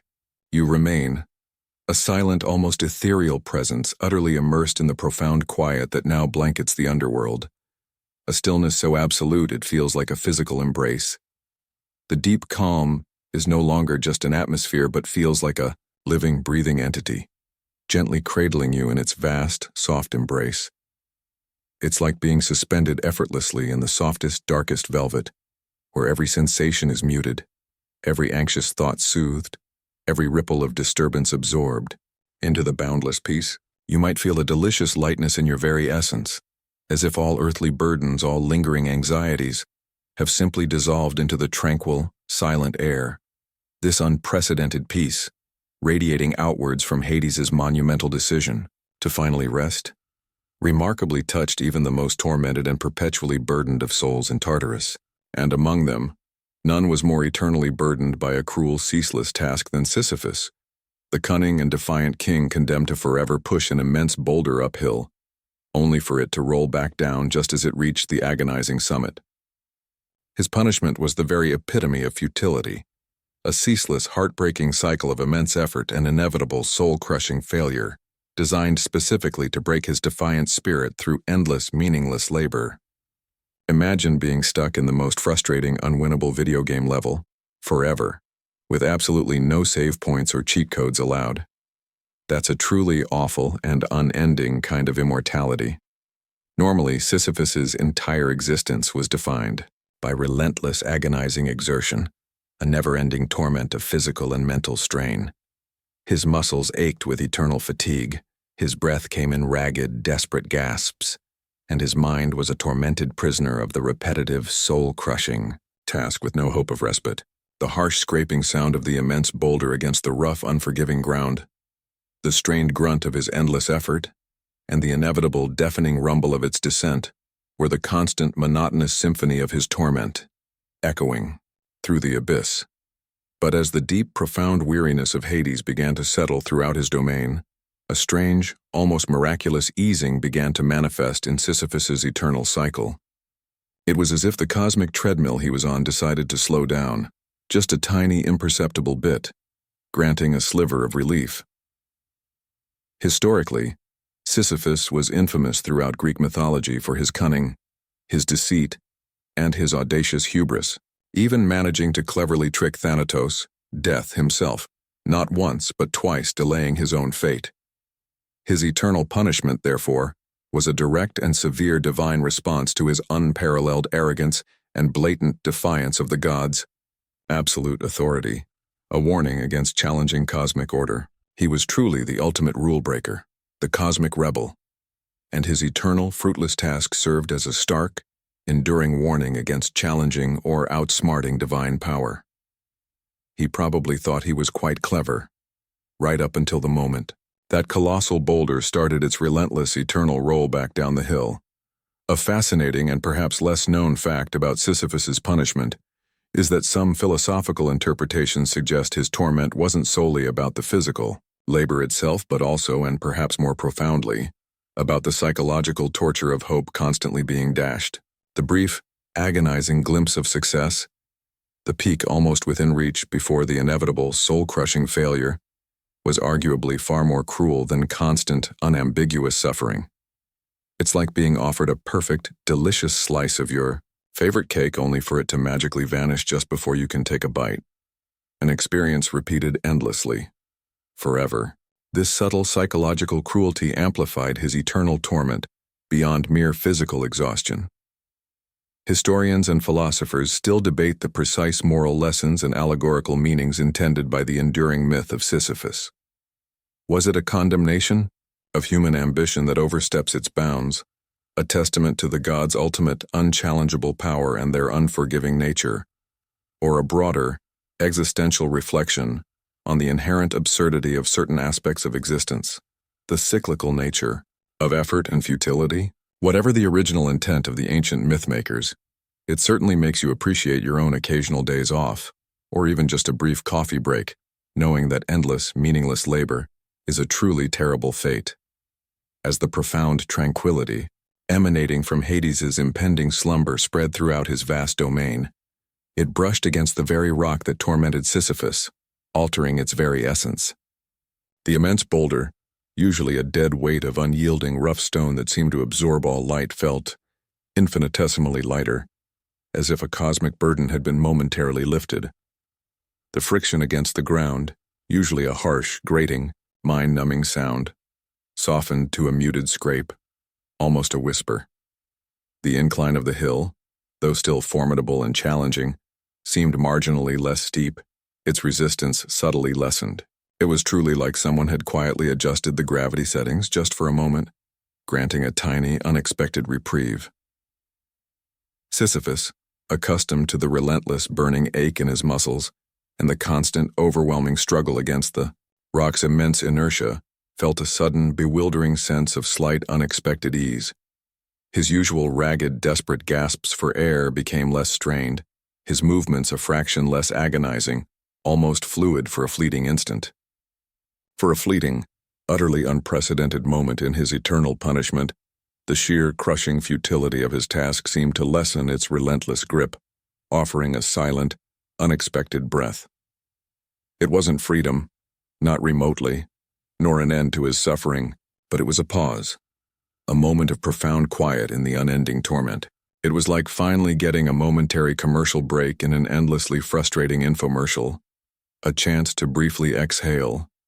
His brow, usually furrowed deeply in perpetual strain and agony, might have eased fractionally, a subtle relaxation of features unseen for millennia. His eyes, fixed on the summit he would never definitively reach, might have widened in a flicker of confused disbelief, a spark of the unexpected. The immense, soul-crushing weight of millennia of ceaseless effort seemed to lift, just enough to be noticeable, just enough to make him wonder if his tormentors had perhaps made a colossal, divine mistake, or if this was merely another cruel trick designed to offer false hope. This tiny, almost imperceptible respite, born from the deep cosmic need for rest that Hades was embracing, was a monumental testament to the god's pervasive, unifying influence over his entire domain. Even the most immutable of punishments, the most unyielding of torments designed to last for eternity, could be softened and momentarily lessened by the profound stillness emanating from the Underworld's Lord. And as you perceive this almost magical easing of eternal suffering, your own body might feel a delightful release of tension, a gentle invitation to let go of any lingering stresses and sink into profound, tranquil rest. Even endless, inescapable tasks, it seemed, could briefly yield to the overwhelming power of sleep. You are still present, a silent, almost dreaming observer, held gently in the pervasive calm that now defines the underworld, a tranquility that feels both ancient and absolute. The deep quiet has deepened even further, becoming a boundless expanse, where echoes of struggle, sorrow, and all earthly clamor seem to have finally dissolved, leaving only pure peace.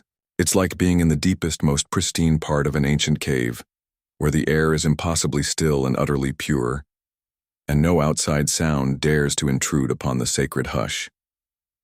You might feel a delicious lightness in your very essence, a sense of quiet contentment washing over you, a profound sense of peace.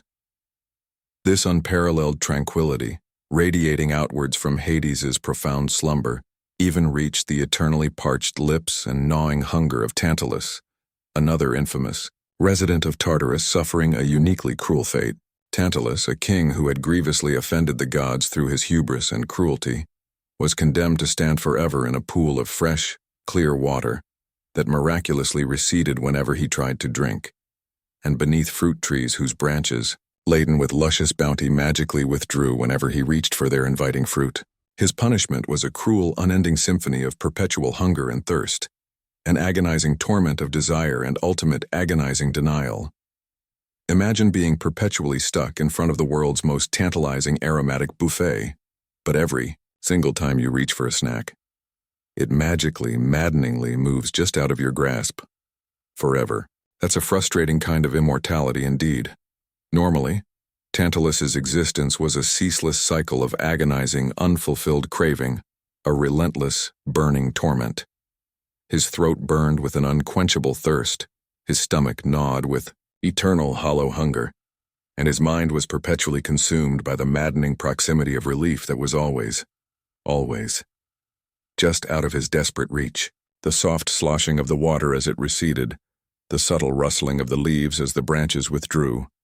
These were the cruel, mocking sounds of his unending torment, echoing his despair.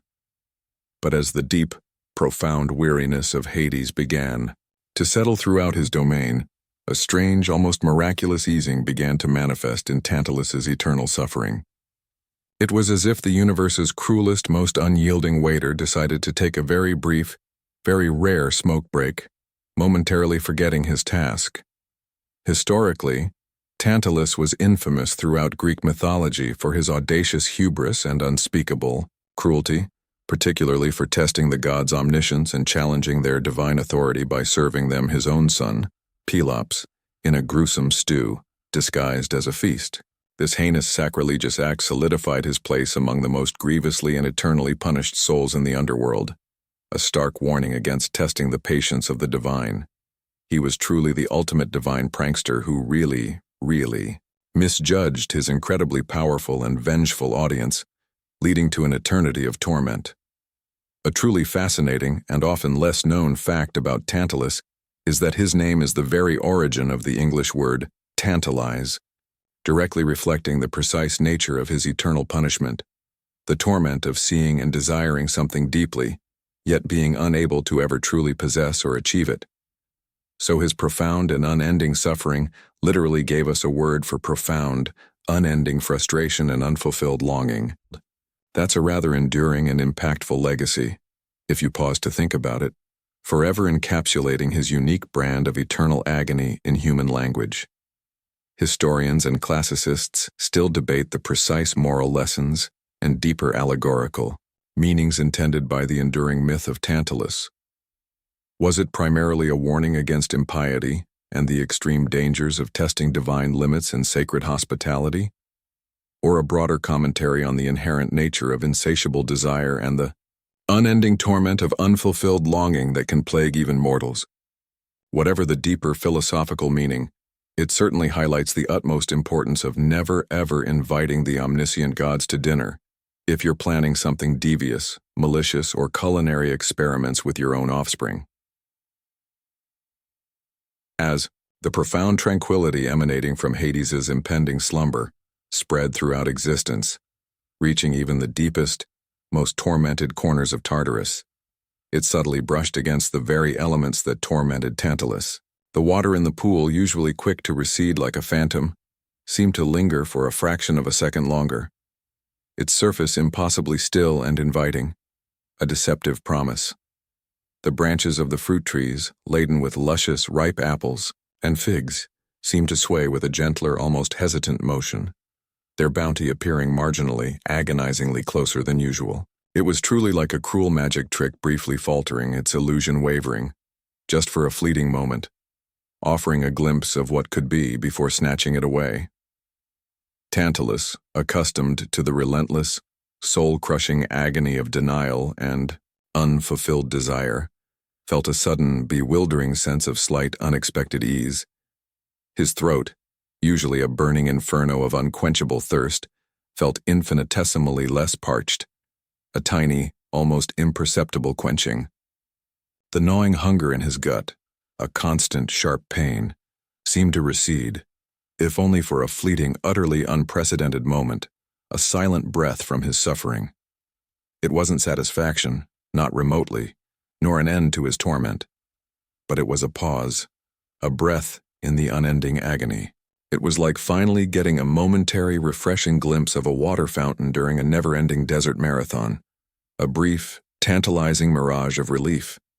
His eyes, usually wide with desperate, unquenchable longing, might have blinked slowly, a flicker of confused disbelief crossing his ancient, tormented face, a reaction unseen for millennia. The immense weight of millennia of agonizing craving seemed to lift, just enough to be noticeable, just enough to make him wonder if his tormentors had perhaps made a colossal divine error, or if this was just another even more subtle form of torture designed to offer false hope. His eternal punishment for a moment felt less absolute, less cruel, more like a brief, almost dreamlike reprieve. This tiny, almost imperceptible respite, born from the deep cosmic need for rest that Hades was embracing, was a truly monumental testament to the god's pervasive, unifying influence over his entire dominion. Even the most immutable of punishments, the most unyielding of torments, designed to last for all eternity, could be softened and momentarily lessened by the profound stillness emanating from the Underworld's Lord. And as you perceive this almost magical easing of eternal suffering, your own body might feel a delightful release of its own small stresses and lingering desires, a gentle invitation to let go and sink into profound, tranquil rest. Even insatiable, unending desires, it seemed, could briefly yield to the irresistible power of sleep. You are still present, a silent, almost ethereal being, utterly cradled and enveloped in the profound quiet that has woven itself into the very fabric of the underworld, now inseparable from its essence. The deep calm is no longer merely an atmosphere, but feels like an ancient, soft, humming peace, resonating gently through the deepest shadows and inviting your own senses, your very being, to surrender to its embrace. It's like drifting effortlessly on a placid, dark lake under a sky full of silent, ancient stars, where every fleeting thought becomes a soft ripple on the surface, and every earthly worry simply fades away into the boundless tranquility. You might feel a pleasant lassitude, a delicious urge to simply drift, to exist in this perfect quiet. This profound tranquility, emanating with serene power from Hades's well-deserved slumber, spread its soothing, pervasive influence most deeply and widely across the asphodel fields. This vast, gray, desolate expanse was the most common, and indeed the expected destination for the souls of ordinary mortals, those who were neither exceptionally virtuous enough for the blissful eternal reward of Elysium, nor wicked enough for the eternal torment of Tartarus. Here countless spirits wandered aimlessly, their minds hazy, their memories slowly fading into oblivion, living an existence of quiet, often monotonous, forgetfulness. Imagine a perpetually overcast park, where everyone has mild, peaceful amnesia, and the only pastime is gently shuffling around in a dreamlike state. It's certainly not exciting, but it's undeniably peaceful. Normally, the asphodel fields echoed with the faint, continuous rustle of the pale asphodel plants, a soft, dry whisper, and the barely audible murmurs of the countless spirits drifting silently through them, their forms indistinct. Their movements were usually listless, their ethereal forms often appearing as mere wisps of smoke or translucent shadows, carrying the lingering, faint echoes of their earthly lives, memories slowly dissipating. It was a place of quiet resignation, a subdued hum of perpetual, unchanging existence, a state of being rather than action. But as the deep, profound weariness of Hades began to settle, a remarkable, almost surreal transformation began to unfold in this realm of quiet souls. It was as if the cosmic volume control for general existential ennui had been turned down to an absolute zero. Historically, the asphodel fields represent the most common and widely accepted fate for the vast majority of the dead in Greek mythology, highlighting a cultural understanding that only a select exceptional few achieved true bliss in Elysium or eternal torment in Tartarus. It was the ultimate middle ground, the average afterlife experience where good enough was, well, perfectly good enough for most.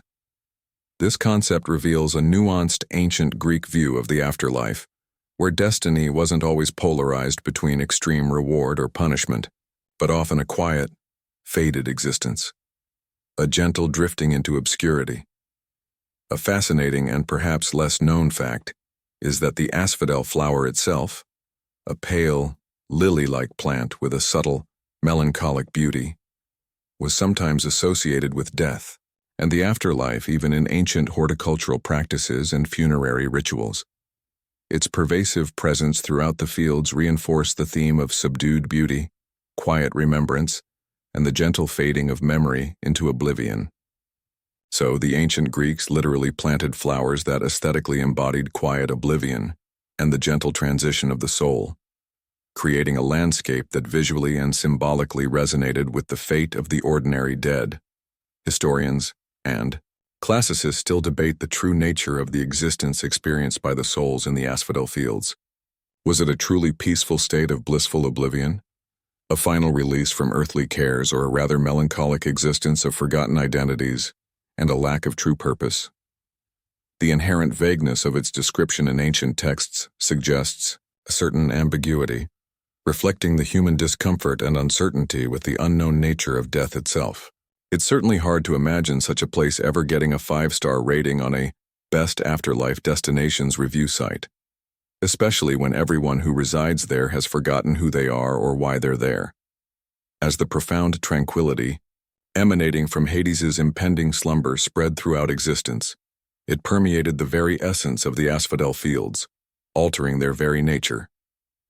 The faint rustle of the asphodel plants, usually a constant, barely audible whisper, softened to an almost imperceptible breath, as if even the flora itself was holding its collective breath in reverence. The quiet murmurs of the wandering spirits, usually a faint, continuous hum, faded, not into absolute silence but into a deeper, more profound serenity, a peaceful quietude. Their aimless drifts became even more languid, their ethereal forms even more translucent, as if they were slowly dissolving into the surrounding boundless peace. It was like watching a vast ghostly cloud slowly settle, its edges blurring into the profound, all-encompassing quiet. The very air in the asphodel fields, normally imbued with a subtle sense of pervasive melancholy, a quiet sadness of forgotten lives, now felt lighter, almost ethereal and weightless. The usual sense of hazy forgetfulness deepened into a blissful, undisturbed oblivion, a peaceful surrender to the void. The spirits, already detached from their earthly concerns and mortal identities, now found themselves in a state of ultimate, perfect peace, their lingering echoes of individual identity dissolving into a comfortable, timeless, profound sleep. You can almost feel the collective weight of countless forgotten memories lifting, dissipating into the tranquil, undisturbed atmosphere, a release of all burdens. There were no restless stirrings among the multitudes of souls, no faint sighs of longing for what once was, no lingering regrets or anxieties. Only the deep, unyielding, pervasive calm that resonated from the heart of the underworld, emanating from its slumbering lord. It was a collective sigh of cosmic relief, a mass surrendered to the most profound quiet imaginable, a universal lullaby. It was, in essence, the ultimate, most undisturbed nap for millions of souls all at once, a simultaneous descent into a quiet, blissful unexistence, a perfect peace. This unprecedented peace in the asphodel fields, born directly from the deep, cosmic need for rest that Hades was embracing, was a testament to the gods' unifying, all-encompassing influence. When the master of this realm, the very embodiment of death in the underworld, chose to rest, even the myriad forgotten souls found themselves drawn into his tranquil slumber, sharing in his profound repose. And as you perceive this incredible lull, this unique moment of shared peace, your own mind might begin to quiet, your thoughts becoming softer, your body sinking deeper into the sweet embrace of universal tranquility. The fields, for once in all eternity, were truly, utterly at peace. You remain a silent, almost dreaming presence, utterly enfolded in the profound quiet that has now become the very essence of the underworld, a stillness so absolute it feels ancient and boundless. The deep calm is a boundless sea of tranquility, rocking you gently, murmuring only of rest and ultimate peace. A quiet lullaby for the soul. It's like being in a space so utterly still, so perfectly hushed, that you can almost hear the soft, rhythmic beat of eternity itself. A quiet pulse that resonates with your own being. You might feel a pleasant warmth spreading slowly through your entire body, a delicious comfort that beckons you deeper into serene surrender, inviting you to release all tension and simply be. This widespread peace, emanating directly from Hades's well-deserved slumber, even reached the lingering ethereal presence of Eurydice. Her story, inextricably linked with that of the legendary musician Orpheus, was one of profound love, heartbreaking loss, and the tragic near escape from the underworld. She existed as a shade, a ghostly echo of her former self, forever bound to the realm of the dead, her brief, fleeting moment of hope shattered by a single desperate glance back. Imagine being perpetually stuck in the agonizing memory of a pivotal moment, knowing precisely how close you came to freedom, yet utterly unable to change the unyielding outcome. That's a particularly bittersweet and uniquely poignant kind of eternal existence, a constant reminder of what could have been. Normally, Eurydice's ethereal form would drift aimlessly through the quiet corners of the underworld, perhaps near the asphodel fields where other ordinary souls resided, or sometimes near the faint echoes of the living world that occasionally seeped through the veil between realms. Her presence, though gentle and delicate, perpetually carried a subtle undercurrent of melancholy, a quiet sorrow for the vibrant life lost too soon, and the immense love that had almost, but not quite, rescued her from her fate. Her existence was a quiet lament, a perpetual silent song of what could have been, a poignant echo of a shattered dream. Historically, Eurydice's myth is a cornerstone of Greek tragedy, a powerful narrative exploring universal themes of love, death, and the extraordinary power of art to influence even the divine. Her story highlights the inviolable rules of the underworld and the harsh, unyielding consequences of defying them, even when driven by the most poignant and desperate of reasons. She was, in essence, the ultimate cautionary tale about looking back, a reminder that sometimes, even with the best intentions, faith and patience are paramount when navigating the realms of life and death. Her fate serves as a timeless warning against impatience.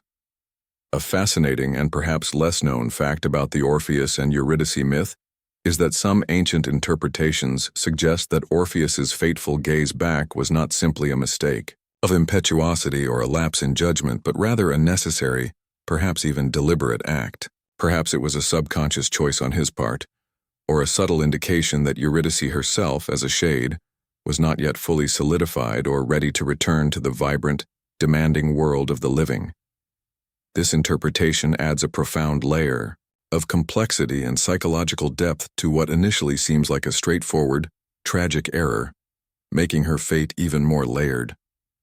Historians and classicists still debate the true symbolic meaning of Eurydice's fate within Greek mythology. Was it a condemnation of human impatience and a lack of faith?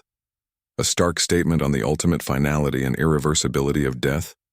Or a more profound metaphor for the enduring, sometimes painful, power of memory and loss that shapes the human experience? Whatever its deepest meaning, her story has resonated powerfully through centuries of art, literature, and music, a timeless echo of a love so profound it sought to transcend life itself, yet ultimately succumbed to the cosmic order. As the profound, tranquility emanating from Hades's impending slumber spread throughout his vast domain, it enveloped Eurydice's ethereal form with a soft, comforting embrace. The subtle undercurrent of melancholy that usually defined her presence, a perpetual echo of sorrow, began to fade, slowly replaced by a deep, unwavering serenity that felt almost alien to her. Her ghostly outline, usually shimmering with a faint, sorrowful light, seemed to soften, becoming more diffused, more integrated into the surrounding peace, dissolving gently. It was like a delicate, haunting melody slowly resolving into a single, perfect, harmonious chord, finding its ultimate stillness and resolution. Her silent lament, usually a faint, almost imperceptible echo in the quiet corners of the underworld, now dissolved entirely into the pervasive, all-encompassing calm, silenced by the profound peace. The bittersweet memories of her earthly life, of Orpheus and their shared tragic love, which usually clung to her with a bittersweet tenacity, now seemed to recede, becoming more distant, more dreamlike, losing their sharp edges. It wasn't forgetfulness, in the painful, forced sense of Lethe, but rather a gentle, willing release, a quiet acquiescence to a deeper, more comforting peace. It was like finally finding true closure, not through resolution or a change of fate, but through utter, complete tranquility. Eurydice, who had been an eternal testament to longing, a perpetual echo of a love tragically cut short, now found herself in a state of profound peace, her sorrowful echoes replaced by the harmonious silence of the underworld. Her very essence seemed to merge with the deep collective slumber of the realm, finally finding a stillness that had perpetually eluded her for so long in her ghostly existence. She was no longer just a tragic figure, defined by her past. She was now a seamless part of the overwhelming peace, a silent, tranquil component of the underworld's profound repose. This unprecedented stillness, this profound quieting of even the most enduring sorrow and the most poignant of tragedies, born from the deep, cosmic need for rest that Hades was embracing, was a powerful testament to the god's pervasive, unifying influence over all aspects of his realm. When the master of this realm chose to rest, even the most poignant of tragedies found a moment of serene cessation, a temporary reprieve from eternal grief. And as you perceive this incredible lull, this gentle dissolution of ancient sorrow, your own mind might begin to quiet, your thoughts becoming softer, your body sinking deeper into the sweet embrace of universal tranquility. Even sorrow itself, it seemed, could finally take a long, peaceful nap. You remain, a silent, almost dreaming presence utterly dissolved into the profound quiet that has now become the very essence of the underworld. A stillness so deep it feels like an ancient, palpable entity. The deep calm is a pervasive, comforting hum, resonating through the shadows and gently guiding your own senses into profound relaxation, a universal balm. It's like being in the heart of an ancient, perfectly still chamber, perhaps a forgotten crypt, where the air itself is a soothing balm, and every potential sound is softened into oblivion, fading before it can even fully form. You might feel a delicious driftiness in your thoughts, a complete surrender to the boundless, tranquil peace that permeates everything. This widespread peace, emanating directly from Hades' well-deserved slumber, even reached the distant, perpetually grieving heart of Orpheus. Though still very much in the mortal world, living among the living, Orpheus, the legendary musician and poet, was forever bound to the underworld by his profound love for Eurydice and his famously failed attempt to retrieve her from death's embrace. His lyre, once capable of charming ferocious beasts and unyielding gods alike with its melodies, now often played only heart-wrenching laments, its notes echoing his enduring sorrow and the profound, irreplaceable loss that had shaped his very soul. Imagine being the greatest rock star in history, with unparalleled talent, but every single song you write or perform is a breakup ballad, and the only audience is your own broken heart, forever listening. That's a perpetually melancholic concert indeed. Normally, Orpheus's music in the mortal world, even in its profound sorrow, held a certain vibrant, captivating intensity, a poignant beauty that captivated all who heard it, drawing them into his grief. The echoes of his personal grief were powerful, resonating through ancient forests and across majestic mountains, sometimes even drawing tears from the dryads and river gods who listened spellbound. His existence was a living, breathing testament to the enduring, unbreakable power of love and tragic loss, a constant, mournful reminder of the harsh, unyielding boundaries between life and death that even divine music could not fully overcome. Historically, Orpheus is one of the most celebrated and iconic figures in Greek mythology, renowned universally for his superhuman musical abilities and his profound, almost mystical connection to the divine power of art.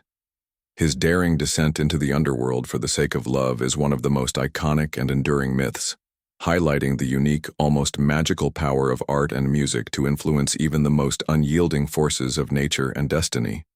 He was truly the original heartthrob, possessing not only immense talent but also a lyrical voice and musical skill to match his legend, capable of moving gods and mortals alike. A fascinating, and perhaps less known fact about Orpheus is that, after his devastating failure to retrieve Eurydice from the underworld, he reportedly shunned the company of women and became a revered prophet and spiritual teacher, founding what eventually became known as Orphism, a mystical religious movement. This movement emphasized asceticism, purification, and the concept of reincarnation, offering a path to salvation. So, he transitioned dramatically from being a cosmic rock star to a profound spiritual guru, spreading a message of otherworldly wisdom and inner transformation. Talk about a significant, unexpected career change, driven by profound personal tragedy. Historians and classicists still debate the true historical existence of Orpheus. Was he a real, ancient person, whose musical genius and profound legend grew, over time, to mythic proportions? Or was he a purely mythological figure representing the inherent power of music, poetry, and spiritual enlightenment? Regardless of his historical veracity, his profound influence on ancient Greek culture, philosophy, and religious beliefs was immense, deeply shaping ideas about the soul, death, and the afterlife. It's hard to tell where the myth ends and the history begins when someone possesses the ability to charm even inanimate rocks with a single song from their lyre. As the profound tranquility emanating from Hades's impending slumber spread from the underworld, a subtle, almost imperceptible, echo reached Orpheus in the mortal realm, wherever he happened to be playing his mournful tunes. The usual sharp edge of his grief, the insistent burning ache of his longing for Eurydice seemed to soften, becoming more diffused, more distant, less immediate. His lyre, which usually produced poignant, soul-stirring laments that brought tears to all who heard them, now resonated with a gentler, more subdued melody, almost a lullaby of sorrow that promised a temporary, unexpected reprieve. It was like the world's saddest song suddenly shifted from a piercing minor key to a surprisingly soothing, melancholic harmony. He might have paused mid-strum, his fingers lingering on the strings of his lyre, sensing the unusual, profound quiet emanating from below, from the very realm of death. The pervasive melancholy that usually clung to him like a shroud felt lighter, less suffocating, almost lifting from his soul. It wasn't a joyous feeling, not a sudden surge of overwhelming happiness or relief, but rather a profound sense of peace, a quiet understanding that even the underworld, the very source of his enduring pain and sorrow, was briefly at rest, undergoing its own deep repose. It was like finding a quiet, shaded grove in the middle of a perpetual, relentless storm, a moment of unexpected sanctuary. The world around him, usually bustling with its own affairs, its own cacophony of mortal life, seemed to respond to this distant, otherworldly calm. The whispers of the wind, the gentle rustle of leaves in the trees, the distant sounds of mortal life, all seemed to blend into a soft, comforting hum, subtly influenced by the cosmic quiet below, a universal sigh. He might have even mistaken it for a trick of his weary, grieving mind, a fleeting moment of delusion born from exhaustion. So foreign was this sense of peace to his constant sorrow, this unexpected lull in his eternal grief. This distant echo of the underworld's profound rest was a powerful testament to the boundless depth of Hades's influence, even reaching beyond his own realm. When the master of death, the very lord of the final journey, chose to sleep, even the most poignant and enduring sorrow in the mortal world found a momentary gentle pause, a quiet ceasefire. And as you perceive this almost magical softening of grief, this unexpected serenity, your own mind might begin to quiet, your thoughts becoming softer, your body sinking deeper into the sweet embrace of universal tranquility. Even heartbreak, it seemed, could briefly find a moment of profound, peaceful rest. You are still present, a silent, almost invisible presence now completely immersed in the profound quiet that has wrapped itself around the entire cosmos, originating from the very heart of the underworld. The deep calm is a boundless, velvety expanse, muffling every sound, soothing every thought, dissolving all external stimuli. It's like being suspended effortlessly in the softest, darkest night, where even the most distant stars seem to twinkle more gently, and the moon itself holds its breath in reverence for the profound peace below. You might feel a delicious drowsiness permeating your very being, a sweet, irresistible invitation to let go completely and simply float in this sea of tranquility. Even high above, on the luminous, cloud-shrouded peak of Mount Olympus, the unusual tranquility emanating from below caught the sharp attention of Zeus, the mighty king of the gods, wielder of the fearsome thunderbolt, and undisputed ruler of the heavens. Zeus, typically a whirlwind of divine activity, issuing grand decrees, managing endless Olympian squabbles, and occasionally embarking on elaborate, often mischievous, mortal escapades, was accustomed to the subtle, constant hum of cosmic order, a perpetual background noise composed of mortal prayers, divine machinations, and the ceaseless movements of the realms. Imagine being the CEO of a multi-billion-dollar enterprise that never, ever closes, and suddenly the entire global stock market goes eerily, unnaturally quiet. That's more than enough to get anyone's powerful attention. Normally, Zeus's perception of the underworld was one of distant, brooding power, a necessary but largely separate dominion, handled by his brother. He respected Hades's absolute authority within his realm and rarely interfered directly, preferring to focus on the more immediate dramatic affairs of the Olympian court and the vibrant, bustling mortal world. The underworld was, for him, a stable, albeit gloomy and somewhat grim, foundational pillar of the cosmos, unchanging and predictable. But as the deep, profound weariness of Hades began to settle, a strange, almost unsettling placidity emanated, upwards, a ripple effect reaching even the lofty, sunlit halls of Olympus. It was as if the universe's most reliable, perpetually rumbling basement furnace, the very engine of finality, had suddenly gone completely silent, causing an unexpected calm. Historically, Zeus's reign marked a new, pivotal era of cosmic order after the epic overthrow of the ancient Titans, establishing the Olympian pantheon as the supreme, undisputed rulers of the universe.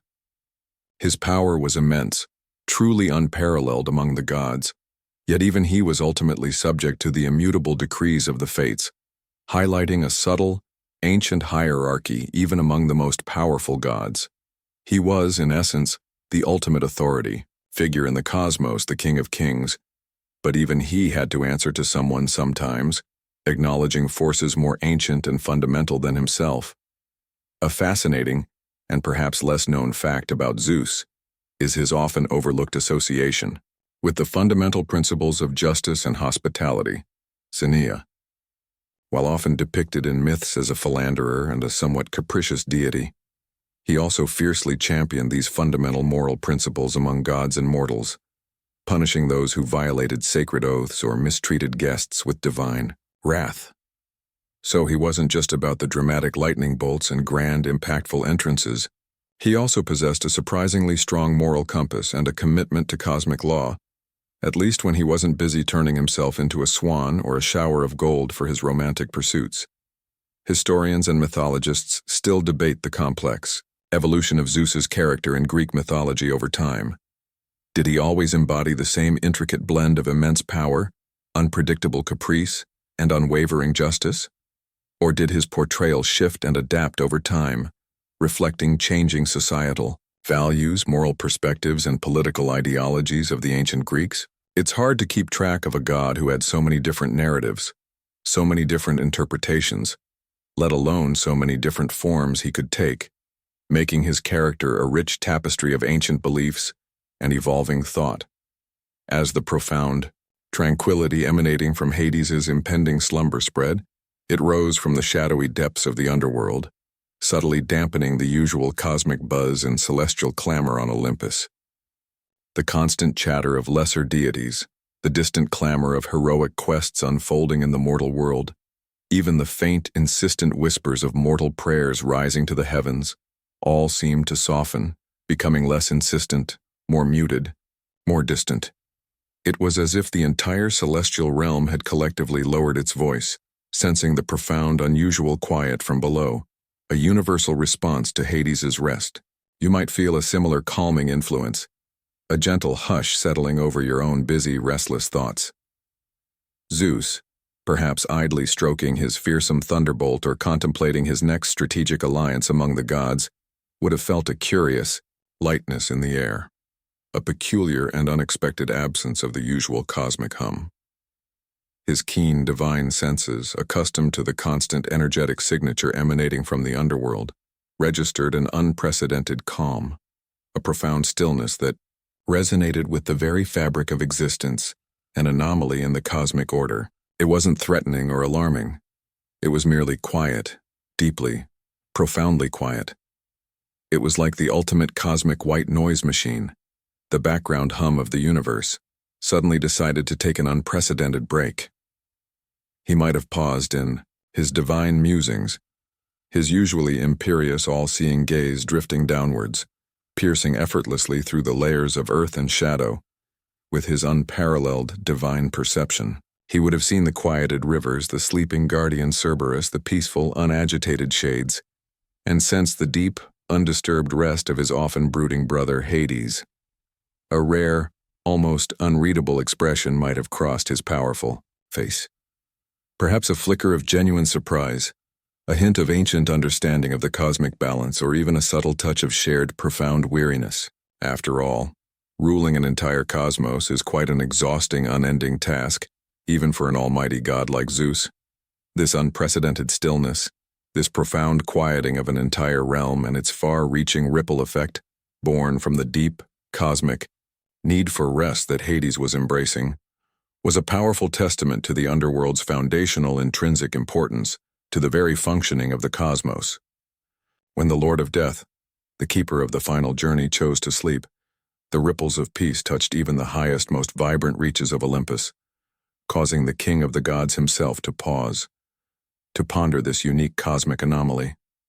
And, as you perceive this incredible lull, this profound quiet, your own mind might begin to quiet, your thoughts becoming softer, your body sinking deeper into the sweet embrace of universal tranquility.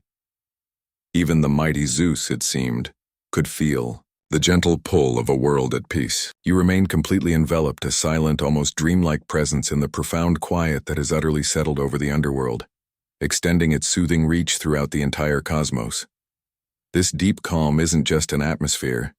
It's become a state of being, a boundless, tranquil sea in which you are gently floating, utterly weightless and unburdened by earthly concerns. It's like being in the deepest, most peaceful part of your own dreams, a sacred space where time loses all meaning, where every fleeting sensation is one of profound, unburdened rest and perfect serenity.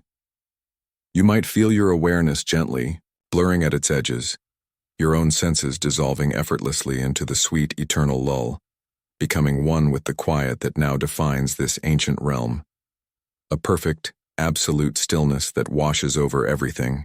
This pervasive peace has seeped into every shadow and every corner of existence, transforming the very fabric of reality into a tranquil haven.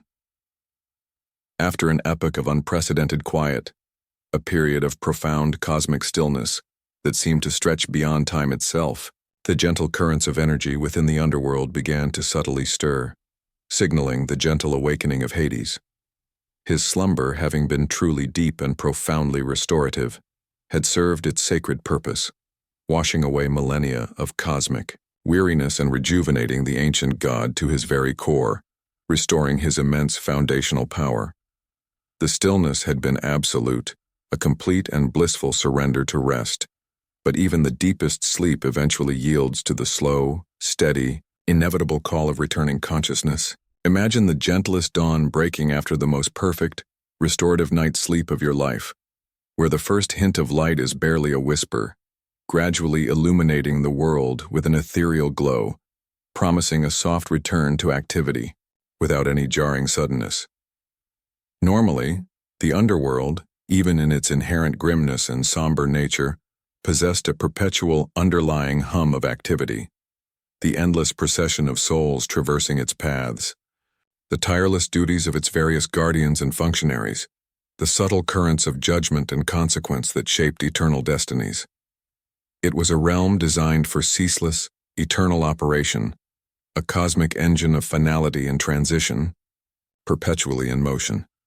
However, this profound slumber had introduced a truly transformative, restorative pause, a moment suspended out of time, allowing for a universal reset. Now, as Hades began to stir, the realm would not immediately snap back to its usual intensity and activity, but rather ease gently into its rhythm, like an ancient clock slowly and deliberately resuming its measured eternal tick, a gradual reawakening of purpose rather than an abrupt return to full force. Historically, the concept of a god needing rest, particularly one as fundamental and powerful as Hades, the lord of the dead and keeper of the underworld, is rarely explored in ancient myths. Their immortality often implies ceaseless activity, an unending vigilance over their domains, suggesting they are beyond such mortal needs. However, this unique narrative touches upon the profound idea that even divine power, no matter how boundless, can be tempered by an inherent need for restoration, for deep repose, adding a relatable, almost human dimension to their otherwise boundless eternal existence. It's a subtle yet powerful reminder that even cosmic administrators, the very rulers of existence who dictate fate, need a little time off to truly recharge, to reset their profound energies, proving that even deities are part of a larger cosmic rhythm. As the first faint stirrings of Hades's returning consciousness resonated from his obsidian throne, the profound tranquility across the underworld began its slow, subtle transformation, a gentle unfolding of renewed energy that rippled through the realm. It wasn't a jarring, sudden awakening, no cataclysmic crash of thunder or blinding burst of light that would shatter the pervasive peace. Instead, it was like the gentle, almost imperceptible softening of the deep quiet, a gradual return of distant echoes, a faint hum of returning life, almost like the world taking a slow, deep breath. The air, which had been perfectly, absolutely, still now carried the faintest whisper of movement, a breath returning to a vast, sleeping body. You might feel a subtle shift in the air around you, a gentle pressure easing, a profound release as the stillness begins to gently recede, giving way to a nascent energy. From the obsidian throne, a faint, almost imperceptible sigh resonated, deeper and more ancient than any mortal sound, yet utterly devoid of weariness, a sound of profound contentment and satisfaction. It was the sound of profound rejuvenation, of ancient bones and cosmic responsibilities finally unburdening themselves of their deep rest, fully renewed and ready for their eternal duties. His gaze, which had been unfocused and distant in slumber, sharpened infinitesimally, slowly taking in the familiar, shadowy contours of his vast realm with renewed, albeit gentle, awareness. It was like finally opening your eyes after the best night's sleep of your entire life, still wonderfully, blissfully groggy, but utterly refreshed and prepared to once again oversee the complex balance of the underworld. The rivers of the underworld, which had flowed with such placid, unnatural stillness, began to murmur again, their currents regaining a subtle, steady rhythm, a gentle flow of their unique essences. Charon's ferry, which had drifted idly on the Styx, felt the faint stir of impending duties, though still with a gentle, unhurried pace, as if reluctant to break the profound peace that had settled upon them. Even Cerberus, the massive three-headed guardian, emitted a soft, contented groan, his head twitching slightly before slowly, leisurely opening one eye, then another, blinking away the last vestiges of his unprecedented nap. He might even have stretched, a massive, ground-shaking yawn echoing through the tranquil entrance to the underworld, a sign that cosmic order was gently reasserting itself. The whispers of the underworld begin to fade now, not with a sudden, jarring end, but like the gradual dimming of a distant, comforting light at the end of a long, peaceful day. The profound quiet that has held you gently in its embrace now softens further, becoming almost imperceptible, blending seamlessly with the quiet hum of your own space, your own reality. You might feel a gentle pull, a soft drift from the depths of the shadows, as the ancient realm settles back into its timeless rhythm, its presence becoming a serene memory, a sensation rather than an active, immediate observation, easing its hold. The echoes of Hades's deep slumber, the pervasive tranquility that touched rivers, guardians, tormented souls, and even the very threads of fate, now become a cherished memory, a soft, soothing impression imprinted upon your mind, a lasting sense of peace that you can carry with you. End of script. Sweet dreams.